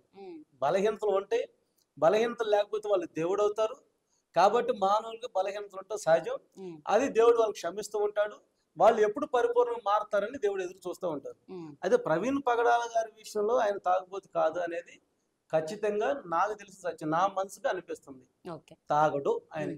సో ఇప్పుడు మీరు చెలో ఢిల్లీ అనే నిరసన కార్యక్రమం చేపట్టిండ్రు, క్రైస్తవుల మీద జరుగుతున్న దాడుల కోసం కావచ్చు అవన్నీ. అయితే క్రైస్తవుల మీద దాడులు జరుగుతున్నాయా అని అంటున్నారు మీరు. క్రైస్తవుల మీద ఎందుకు దాడులు జరుగుతున్నాయి? మీరు మత మార్పిడి చేస్తున్నారు కాబట్టి, లేకపోతే వీధులలో వెళ్ళి అందరిని డిస్టర్బ్ చేస్తున్నారు కాబట్టి, గట్టిగా అరవడము, మాట్లాడడము, అట్లా మాకు డిస్టర్బెన్స్ అవుతుంది అని దాడులు జరుగుతున్నాయా, లేకపోతే కక్షపూరితమైన దాడులు జరుగుతున్నాయా మీ పైన? క్రైస్తవుల మీద జరిగేది కక్షపూరితమైన దాడులే జరుగుతాయి. అంటే మతం మార్చడం తప్పు కదా సార్? మతం మార్చడం అనేది అసలు ఎవరు మార్చేది చెప్పండి? మతం మార్పిడి మీరు వీధులెంబడి ఒక బైబిల్ పట్టుకొని తిరగడం అయినా చెప్పడం అయినా ఇదంతా మత మార్పిడి కాదా? అది ఎట్ట మత మార్పిడి? అది వీధుల్లోకి వెళ్ళి ఇది మంచి మాట చెప్పినప్పుడు సినిమా పోడు ఒక మైక్ వేసుకొని వెళ్తాడు, రికార్డింగ్ డాన్స్ కూడా ఒక మైక్ వేసుకొని వెళ్తారు. మా సినిమా చూడండి, మా రోజుకు 4 ఆటలు 5 ఆటలు, ఈ సినిమాలు అది ఇది అని చెప్తాను. అంత మాత్రం అది సినిమా మత మార్పిడి అవుతా? ఈనోడు వింటాడు, ఎన్నోడు ఎండో, ఇష్టమైన వెళ్తాడు, లేకపోతే లేదు. బలంతానే ఆయన ఏం సినిమాకి రండి చెప్పట్లేదు కదా. ఆయన ఏం చెప్తున్నాడు, మా హీరో పలానా హీరో సినిమా తీసాడు, దీనిలో యాక్షన్ ఉంది, ఫ్యాక్షన్ ఉంది, బ్రహ్మాండంగా ఉంది, రోజుకు 4 ఆటలు పలానా చోట అని చెప్తా ఉంటాడు. ఇష్టమైనోడు మాత్రమే వెళ్తాడు సినిమాకి, ఇష్టం లేనివాడు వెళ్ళడు. ఇది కూడా అంతే. ఇప్పుడు అలాగని ఈ భారతదేశంలో, ఈ సెక్యులర్ దేశంలో, ఈ డెమోక్రసీ దేశంలో డాక్టర్ అంబేద్కర్ ఇచ్చిన రాజ్యాంగ హక్కు, మత స్వేచ్ఛ అనేది ఎవరైనా ఏదైనా ప్రకటించవచ్చు అన్నారు. నువ్వు వెళ్ళి అక్కడ పాపం చేయి, నువ్వు వెళ్ళి అక్కడ ఇచ్చేయి, నీకు డబ్బులు ఇస్తున్నాం, నీకు రేషన్ ఇస్తున్నాం, నీకు అయ్యిస్తున్నాం, నువ్వు యేసు ప్రభు నమ్మంటే మత మార్పిడి. ఎప్పుడైనా మీరు ఒకటి గుర్తుపెట్టుకోమ్మా, మత మార్పిడి అంటే ఒక వ్యక్తిని కొనటం, ఒక వ్యక్తి చెప్తే కాదు. ఇప్పుడు ఇది మంచి మార్గం, నేను నమ్మాను, నువ్వు నమ్మంటే అది మత మార్పిడి కాదు. ఇప్పుడున్న సమాజం ఏంటంటే అదే మత మార్పిడి అంటుంది, అది మత మార్పిడి కాదు. అలా నమ్ముతారా ఎవరైనా? మీరు ఒక సెక్యులరిజం లో నుంచి వచ్చిన తర్వాత యేసుక్రీస్తు ప్రభువుని తెలుసుకున్నారు. తెలుసుకున్న తర్వాత మన ముందున్న బ్రదర్ వచ్చి లేదు లేదు హిందూ మతంలో బాగుంది అని వాళ్ళు మిమ్మల్ని మత మార్పిడి చెయ్యాలి అని అనుకున్నారు అనుకోండి, మీరు వెళ్తారా అటు? నేను వెళ్ళను. అయితే మరి క్రైస్తవులు కూడా మత మార్పిడి అని అంటున్నారు కదా వాళ్ళు, మీరు ఎప్పుడైనా కౌంటర్ ఇచ్చారా? అలా ఎలా మత మార్పిడి చేయగలుగుతాము? మీరు స్ట్రాంగ్ ఉంటే క్రైస్తవంలోకి ఎందుకు వస్తారు, మీరు నమ్ముకోవాలి అనుకున్నప్పుడే వస్తారు కదా అనే కౌంటర్ ఎప్పుడైనా ఇచ్చారా? ఎప్పుడైనా ఒకటమ్మా, ఇప్పుడు ఒక వ్యక్తి కష్టాల్లో ఉన్నాడు, ఒక వ్యక్తి బాధలో ఉన్నాడు, లేదా సమస్యలో ఉన్నాడు. ఆ వ్యక్తి దగ్గరికి ఎవడైతే వెళ్ళి ఆ బాధను తీరుస్తాడో అతని మాట అతను వింటాడు, కృతజ్ఞత కలిగి ఉంటాడు అక్కడ, రైట్? ఆ వ్యక్తి గురించి పట్టించుకునేవాడి గురించి కృతజ్ఞత ఉంటుంది అతనికి? ఉండదు. అతను చెప్తే ఆయన వింటాడా? వినడు కదా. ఇది కూడా అంతే. బాధల్లో నలిగిపోయే వాళ్ళకి మంచి మాటలు చెప్పినప్పుడు, అరే నా గురించి మంచిగా చెప్తున్నాడు, ఓహో ఇలా దేవుడు ఇది చెప్పారా, ఇటుందా, ఇటు వెళ్ళాలని కోరుకుంటారే తప్ప అతని గురించి పట్టించుకోనోడి గురించి ఎవరు మాట్లాడరు. అయితే మీరు చేసేది మత మార్పిడి కాదంటారు? 100% మత మార్పిడి కాదు. అసలు మా క్రైస్తవం అనేది మతమే కాదు. ప్రవీణ్ పగడాల గారు కూడా అదే అన్నారు, మనిషిని మనిషిగా చూడండి రా బాబు, హిందూ గాను ముస్లిం గాను క్రిస్టియన్ గా చూడద్దని చెప్పారు. మేము అదే చెప్తున్నాం. క్రైస్తవం అనేది ఒక మార్గం తప్ప మతం కాదు. కావాలని కొంతమంది అది మతంగా మార్చారు, అంతే. మతంగా మార్చారు. ప్రకటిస్తే తప్పేందమ్మా. ఇప్పుడు ప్రకటిస్తారు, నీ విశ్వాసం గొప్పది, వీళ్ళ విశ్వాసం ఎవరి విశ్వాసం గొప్పది, నేను 1,00,000 చెప్తా, నువ్వెందుకు మారాలి? నువ్వెందుకు మారాలి? నేను అబద్ధం చెబుతున్నాను, నిజం చెప్తున్నాను. ఎందుకు మారాలంటే మీరు నా మైండ్ ని డైవర్ట్ చేసేస్తున్నారు మొత్తం. సినిమా వాళ్ళు కూడా చేస్తున్నారుగా. సినిమా వాళ్ళు చేయట్లేదా? అది బార్ షాపులు, మరి బార్ షాపులు అందరు పెట్టారు కదా, రోడ్డుకి వచ్చి 4-5 బార్ షాపులు ఉంటాయి కదా, రోడ్డు మీద ప్రతి ఒక్కరు చూసుకుంటూ వెళ్తారే, ప్రతి ఒక్కరు తాగడే, అది డైవర్ట్ చేసినట్టు కదా. పెద్ద పెద్ద బాటిల్ వేసి ఎంఆర్పీ రేట్లు వస్తుంది, ఇంకోటి వస్తుంది, ఇక డిస్కౌంట్లు ఎత్తున్నాం అని చెప్తారు. అది వైన్ షాప్ మార్పిడి కాదా? మరి అక్కడ ఇల్లు ప్రతి ఒక్కటి వెళ్ళి అట్రాక్ట్ అవుతున్నారా? దాని బలహీనలు ఎవరో ఉంటారు, దానికి వెళ్తారు, దాని అవసరం. అది కొద్దిసేపు మాత్రమే. ఇది హిందూ దేశంను మీరు క్రైస్తవులుగా మొత్తం మార్చాలని అనుకుంటున్నారు. నేను ఒక హిందువును, నన్ను మీరు క్రైస్తవులుగా మార్చాలని చెప్పేసి నా జీవితంలో అది జరిగింది ఇది జరిగింది అని నన్ను కన్వర్ట్ చేయాలని చూస్తున్నారు మీరు. హిందూ దేశం మహాసముద్రం. ఎన్ని సంవత్సరాలు మార్చిన, ఇప్పుడు 2020 సంవత్సరాలు యేసు ప్రభు వచ్చి అంత ముందే ఉందన్నారు హిందూ దేశం. బౌద్ధుడు వచ్చి 5,000 సంవత్సరాలు.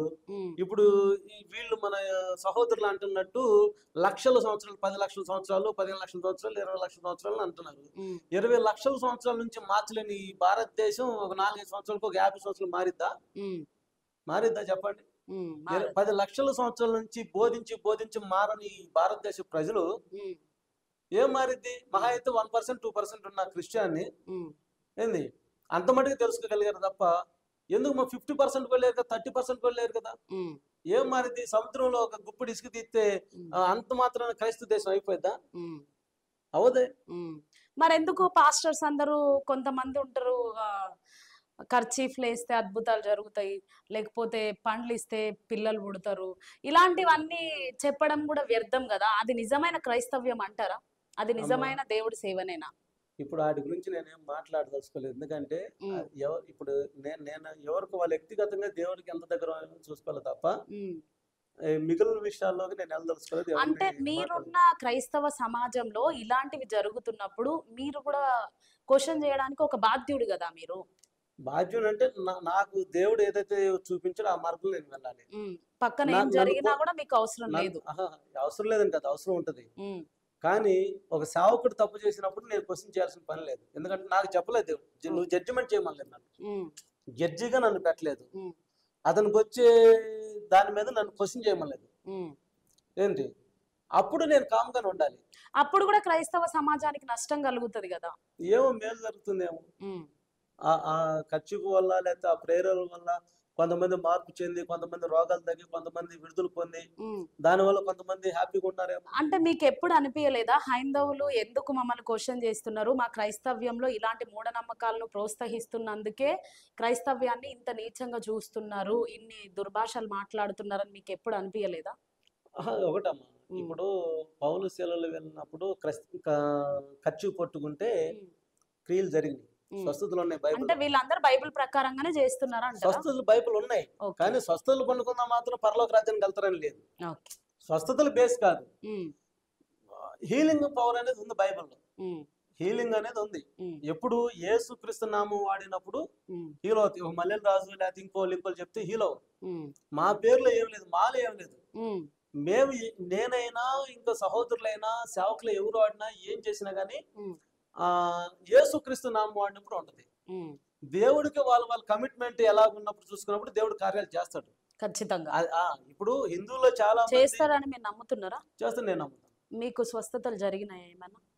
నేను చేసినప్పుడు కూడా కొన్ని ప్రార్థనలు చేసినప్పుడు స్వస్థతలు జరిగిన నాకు సాక్ష్యాలు చెప్పారు, విన్నాను. మీకు జరిగిన అనుభవం ఏమన్నా ఉందా? నాకు చాలా మంది, ఇప్పుడు నేను న్యూజిలాండ్ లో గ్రామం ఉంది, వెల్లటూరు వెనుకొండ దగ్గర న్యూజిలాండ్, అక్కడ దాదాపు ఒక 7-8 మంది చనిపోయే వారిని ప్రార్థన చేస్తే దేవుడు బ్రతికించాడు. అంత మాత్రాన్ని నేను పోస్టర్లో పాంప్లెట్లు వేసి ఏం చేయలేదు. అక్కడ ఉన్నారు, ఇప్పుడు కూడా బ్రతికిన వాళ్ళు ఉన్నారు. వాళ్ళ దగ్గరికి వెళ్తే చెప్తారు, డాక్టర్ కూడా ఒక హాస్పిటల్ అయితే బయట పెట్టేయండి తీసుకెళ్ళన్నారు. ఒక అతను, నాకు పేరు గుర్తులేదు, మర్చిపోయి చాలా సంవత్సరాలు అవుతుంది, HIV వచ్చి ఆ మంచం మీద ఉంటే భార్య పిల్లలు వెళ్ళిపోయారు, పంచలో కొనుక్కోబెట్టారు, రేపు ఎల్లుండే చనిపోతారు. నేను దాసు అనే కుర్రాడు ఇంకా నాతో పాటు కొంతమంది ఆత్మీయ పిల్లలు వెళ్ళి ప్రార్థన చేసాం. ప్రార్థన చేసిన తర్వాత మెల్లిమెల్లి కోలుకొని అతను హ్యాపీగా ఫీల్ అయ్యాడు, బ్రతికాడు. ఒకరోజు నేను వెళ్తుంటే గొంతులు వెళ్తే జీన్ ప్యాంట్ వేసుకుని వెళ్ళాడు. అడిగారు నన్ను, అనే ఈ అబ్బాయి తెలుసు నీకు అన్నారు. తెలియదురా అన్న అంటే, నువ్వు ప్రార్థన చేస్తే బతికడు కదా అని అన్నారు. ఓహో అన్న, మరి ప్రార్థనకు వస్తానంటే రావట్లేదు అన్న. మేము వెళ్ళి మళ్ళీ ఇంకోసారి వెళ్ళి నువ్వు బ్రతికించాడు దేవుడు అని చెప్పి అంటాం కానీ నువ్వు ప్రార్థనకు రావాలంటాం కానీ నేను చేయలేదు. వాళ్ళు తెలుసుకుంటే వస్తారు, లేదంటే లేదు. దేవుడు చేసిన మేలు అదే వాళ్ళ ఇష్టం. దేవుడు చేసిన మేలు వాళ్ళు పొందుకొని వెళ్ళాలి, కృతజ్ఞత ఉండాలా ఉండకూడదు అనేది వాళ్ళ చేతుల పని. వాళ్ళ ఆత్మకు వాళ్ళే ఉత్తరవాది, నేను కాదు. మా పని ఏంటి? ప్రార్థన చేయటం. బాధలో ఉన్నాడు, రోగంలో ఉన్నాడు, సమస్యలో ఉన్నాడు, ప్రార్థన చేయటం. ఒక్కొక్కరికి కొబ్బరి నూనె రాస్తే ఆ పౌరు దేవుడు వాళ్ళకి ఇచ్చి ఉండొచ్చు, ఖర్చుపుల ద్వారా దేవుడు ఆ పౌరు వాళ్ళకి ఇచ్చు. నాకంటే ఎక్కువగా హీలింగ్ చేస్తానని చెప్పి బైబిల్లో ఉన్నది. సో ఇవన్నీ బైబిల్లో ఉన్నాయా అని నేను అడుగు. ఉన్నాయి, ఖచ్చితంగా హీలింగ్ అనేది బైబిల్లో ఉన్నది. అందుకే వీళ్ళు పాటిస్తున్నారు అని అంటారు. వాళ్ళు పాటించుతారు, అది జరుగుతుంది. స్వస్థత అనేది ఉంది. నేనేమంటానంటే, స్వస్థతను బట్టి పరలోక రాజ్యం వెళ్ళరు కానీ స్వస్థత అనే కార్యక్రమాలు ఉన్నాయి, విడుదల అనేది ఉన్నది, చీకటి శక్తులు ఉన్నాయి, వాటి నుంచి విడుదల ఉన్నది. ప్రార్థన చేస్తే ఏది అసాధ్యం కాదు, సమస్తం చేయగలిగిన దేవుడు అని వాక్యం ఉన్నది, జరుగుతుంది. కొంతమంది మన నుంచి కూడా లేపబడతారు, ఉన్నది, జరిగాయి, జరుగుతాయి కూడా. ఇక నమ్ముతారా నమ్మరు అనేది వాళ్ళ విశ్వాసం మీద సాక్ష్యం. అంటే స్వస్థపరచబడిన తర్వాత వాళ్ళు నమ్ముతారా నమ్మరు అనేది వాళ్ళ వ్యక్తిగత విషయం. అది ఆ స్వస్థపరచబడ్డా నువ్వు కంపల్సరీగా బైబిల్లో ప్రార్థనకు రా, నువ్వు ఇది యేసు నమ్మని చెప్పడానికి లేదు. యేసు ప్రభు స్వస్థపరిచాడు, నమ్మితే నమ్మలేదు. నీ మేలుని బట్టి నువ్వు పొందుకున్న మేలు అలాగే నీకెవరు మంచి చేసింటే అక్కడికి వెళ్ళు, తప్పే ఉంది. సో ఇప్పుడు ఈ చెలో ఢిల్లీ ప్రోగ్రామ్ గురించి మా మీడియా ద్వారా క్రైస్తవ సమాజానికి కానీ సేవకులకు పాస్టర్స్ కానీ ఏమని చెప్పాలనుకుంటున్నారా? నేను చెలో ఢిల్లీకి మొదలుపెట్టిన ఉద్దేశం ఏంటంటే, క్రైస్తవుల్ని అయ్యో పాపమని ఏ పొలిటికల్ లీడర్స్ అంటలేదు, ఎవరు కూడా సపోర్ట్ చేయటం లేదు. ఈ దేశంలో మేము పౌరులమే, ఈ దేశంలో మాకు హక్కు ఉన్నది. చస్తే ఈ దేశంలోని మేము పుట్టిన గ్రామంలోనే పూడ్చిపెడతారు.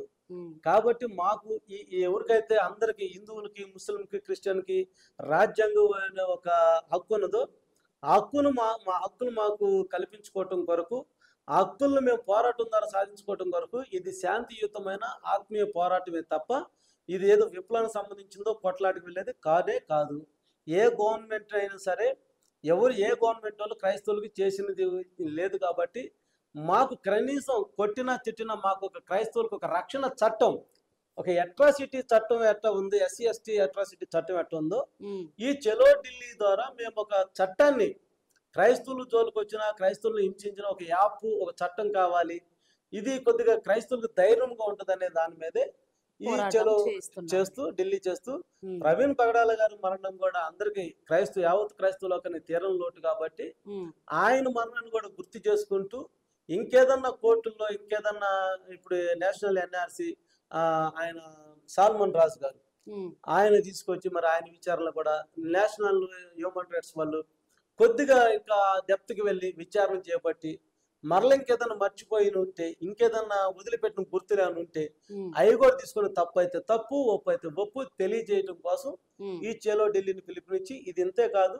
క్రైస్తవులందరూ కూడా ఒక తాటి మీదకి రావాలి, ఉమ్, 133వ దావీదు కీర్తన సహోదరుల ఐక్యత కలిగి నివసించుట ఎంత మేలు ఎంత మనోహరం అనే ఒక వాగ్దానాన్ని చేతపట్టుకొని ఉమ్, అందరం కలిసి ఉండాలి, ఆ మతాలు కులాలు వర్గాలు వర్ణాలు లేకుండా ఒక తాటి మీదకి రావాలనే ఉద్దేశంతోనే చలో ఢిల్లీని పిలుపునిస్తున్నాం. ఉమ్. సో చలో ఢిల్లీ జంతర్ మంతర్ అనే నేమ్ ఎందుకు పెట్టిరు సార్? అసలు జంతర్ మంతర్ అంటే ఏంటి? అదొక ప్లేస్ అక్కడ. ఓకే. ఒకప్పుడు అక్కడ జంతర్ మంతర్ ఒక మ్యాజిక్ గార్డెన్ ఉండేది. ఆహా. అక్కడ పీసీ సర్కార్ లాంటి వాళ్ళు ఏదైనా మ్యాజిక్ షో చేస్తే అక్కడికి వచ్చేవాళ్ళు. ఉమ్. ఇప్పుడు ఆ పార్కు లాగా చేశారు దాన్ని. ఒక రోడ్, అది జంతర్ మంతర్ అంటే ఒక ప్లేస్ పేరు అది. ఓ, ఢిల్లీలో ఆ ఒక- ప్లేస్ పేరు జంతర్ మంతర్. yes. అందుకే మీరు కూడా చలో ఢిల్లీ జంతర్ మంతర్ జంతర్ అని మంతర్. పెట్టిరు. అక్కడ ఎవరైనా ఇండియాలో ఎవరు ధర్నా చేయాలన్నా, నేషనల్ లెవెల్లో తీసుకెళ్లాలంటే ఉమ్, ఆ జంతర్ మంతర్ ధర్నా చౌక్ అన్నమాట. ఓకే. ఇక్కడ మనకి ఇప్పుడు హైదరాబాద్ లో ధర్నా చౌక్ ఎలా ఉంటుంది, అవును. అక్కడే చేయాలి. ఆహా. అందుకని- ఢిల్లీలో ధర్నా చౌక్ ఇది. ధర్నా చౌక్ పేరు ఉమ్. జంతర్ మంతర్. సో చూసాం కదా, ఇంటర్వ్యూ చూసిన వాళ్ళందరూ కూడా ఇంకేమైనా క్వశ్చన్స్ ఉంటే కామెంట్ చేయండి. అలాగే మల్లెల రాజు గారి సాక్ష్యం విన్నారు కదా, దాని గురించి కూడా మీకు ఎలాంటి డౌట్స్ ఉన్నా ఏమున్నా కూడా దాని ద్వారా మీరు ఇంకా ఏదైనా తెలుసుకోవాలి మా మీడియా ద్వారా అంటే కామెంట్స్ చేయండి. కామెంట్స్ రూపంలో మేము మళ్ళీ ఇంకొకసారి కూడా సార్ని ఇక్కడ పిలిచి ఇంటర్వ్యూ చేయడం జరుగుతుంది మీటింగ్ తర్వాత. ఈ ఢిల్లీ పిలుపునిస్తున్నారు. సో దాని గురించి ఆర్థికంగా అయినా లేకపోతే క్రైస్తవ సమాజంగా కదిలి వెళ్ళడానికైనా సహాయం చేయవలసిందిగా మేము కూడా కోరుకుంటున్నాం. మా మీడియా ద్వారా కూడా కింద మల్లెల రాజు సార్ నెంబర్ ఇస్తాము. వెళ్ళాలనుకునే వారు కూడా కాంటాక్ట్ అవ్వండి. ఆర్థికంగా సహాయం చేయాలనుకునే వారు కూడా కాంటాక్ట్ అవ్వండి. ఇదైతే ఈ నంబర్ గురించి కానీ ఫోన్ పేల గురించి దాని గురించి సార్ చెప్పలేదు మాకు ఎలాంటిది. మేము అంటున్నాం మా మీడియా తరఫు నుండి ఏదైనా ఉపయోగపడుతుందేమో కదిలి వెళ్ళడానికి అన్నట్టుగా మేము చెప్తున్నాం. సో చూసారు కదా ఇవాళ ఇంటర్వ్యూ. మళ్ళీ ఇంకో ఇంటర్వ్యూతో మేము ముందుకు వచ్చేస్తాం. అంతవరకు చూస్తూనే ఉండండి టుడే 18 న్యూస్. ఇంకా అంతేగాని ఫోన్ పేలు స్క్రీన్ షాట్లు పెట్టడం అలవాటు లేదు. మీరు అన్నట్టు కరెక్టే, నేనైతే చెప్పలేదు. మాకు చెప్పలేదు. ప్రేరేపణ ఉంటేనే, అవును. అంతేగాని ఇందులో ఇవ్వాలి అనే రూల్ ఏం లేదు, ఇస్తేనే ప్రోగ్రామ్ జరిగిద్దని రూల్ ఏం లేదు. ఆ బాధ సాధకులు అప్పో సొప్పో మేము ఏదైనా మా కష్టాలు మేము పడి చేయగలం. అసలు నంబర్ గురించి అయితే సార్ మాకు వివరించలేదు, సడన్ గా నేను అనేసిన. అందుకే మళ్ళీ లాస్ట్ లో నేను వివరణ ఇచ్చిన అన్నమాట. ఈ ఫోన్ పేలు గూగుల్ పేలు అవన్నీ మ్యాండేటరీ కాదు అని సార్ ముందే అన్నారు. కానీ మీడియా ద్వారా మేము ఏం చెప్తున్నామంటే క్రైస్తవులందరూ కదలి రండి అనే పిలుపును ఆహ్వానిస్తూ ఆర్థికంగా మేము కూడా మా చేయి కూడా ఉండాలి అని అనుకునే వాళ్ళు మాత్రమే చెయ్యండి అని మేము కూడా చెప్తున్నాం. ఇందులో సార్ వాళ్ళది కానీ ఇంకెవరిది కూడా ఎటువంటి ఫోర్స్ అయితే లేదు. అంతేనా సార్? అంతే, 100% అంతే. ఒకవేళ ఎత్తు చూపించాలనుకుంటే దీనికి ₹1 కూడా మీరు పంపించొద్దు. మీరు ఏదైనా దీని గురించి బ్యాడ్ గా కామెంట్ చేయాలి, ఇలా ఒకవేళ ఈ ప్రోగ్రామ్ ద్వారా డబ్బులు దండుకోవడానికో లేకపోతే ఇలాగ వసూలు చేసుకుంటున్నారు అనుకుంటే మీరు దీనికి ₹1 ఇవ్వాల్సిన పని లేదు. ఒకవేళ ప్రేరేపించి ఇంకేదైనా మేమే స్వయంగా డబ్బులు పే చేస్తామంటే భోజనాలకు అయ్యేది, ట్రాన్స్పోర్ట్కి అయ్యేది, అక్కడ అరేంజ్మెంట్స్కి మీరే మా నేషనల్ కోఆర్డినేటర్ నెంబర్ ఇస్తాం, వాళ్ళకి ఫోన్ చేయండి, మీరే పే చేయొచ్చు. ఒకవేళ అది కూడా ఎందుకంటే అంటే మీరు చూస్తా ఊరుకోండి అంతే తప్ప ఇది రూల్ ఏం కాదు. ఇది ముమ్మాటి చెప్తున్నాం. మీరు మీ మనసుకి ఏదైనా బాధ కలిగించే ఒకవేళ ఎందుకు పంపించాలనుకుంటే మీరు ఇందులో ఒక చిన్న ఎంపీ కూడా ఇవ్వాల్సిన పని లేదు. అది సో క్లియర్ గా చెప్పేశారు కాబట్టి మేము కూడా అసలు సార్కి తెలియదు మేము నెంబర్ చెప్తామని. ఎంతో ఖర్చుతో కూడుకున్న ప్రోగ్రామ్ ని ఏర్పాటు చేశారు కాబట్టి మా మీడియా ద్వారా మేము కూడా తెలియపరుస్తున్నాం అంతే. ఇందులో ఎటువంటి ఫోర్స్ అయితే లేదు. So thank you so much sir, మీరు ఎంతో దూరం నుండి వచ్చి మాకు ఇంటర్వ్యూ ఇచ్చినందుకు, మీ గురించి తెలియపరిచినందుకు. మళ్ళీ ఇంకెప్పుడైనా కూడా మేము కలుద్దామని ఆశిస్తున్నాం. ఢిల్లీ ప్రోగ్రామ్ కూడా సక్సెస్ఫుల్ గా మీరు వెళ్ళి రావాలని కూడా మేము మనస్ఫూర్తిగా కోరుకుంటున్నాం sir. Thank thank you. You. Praise praise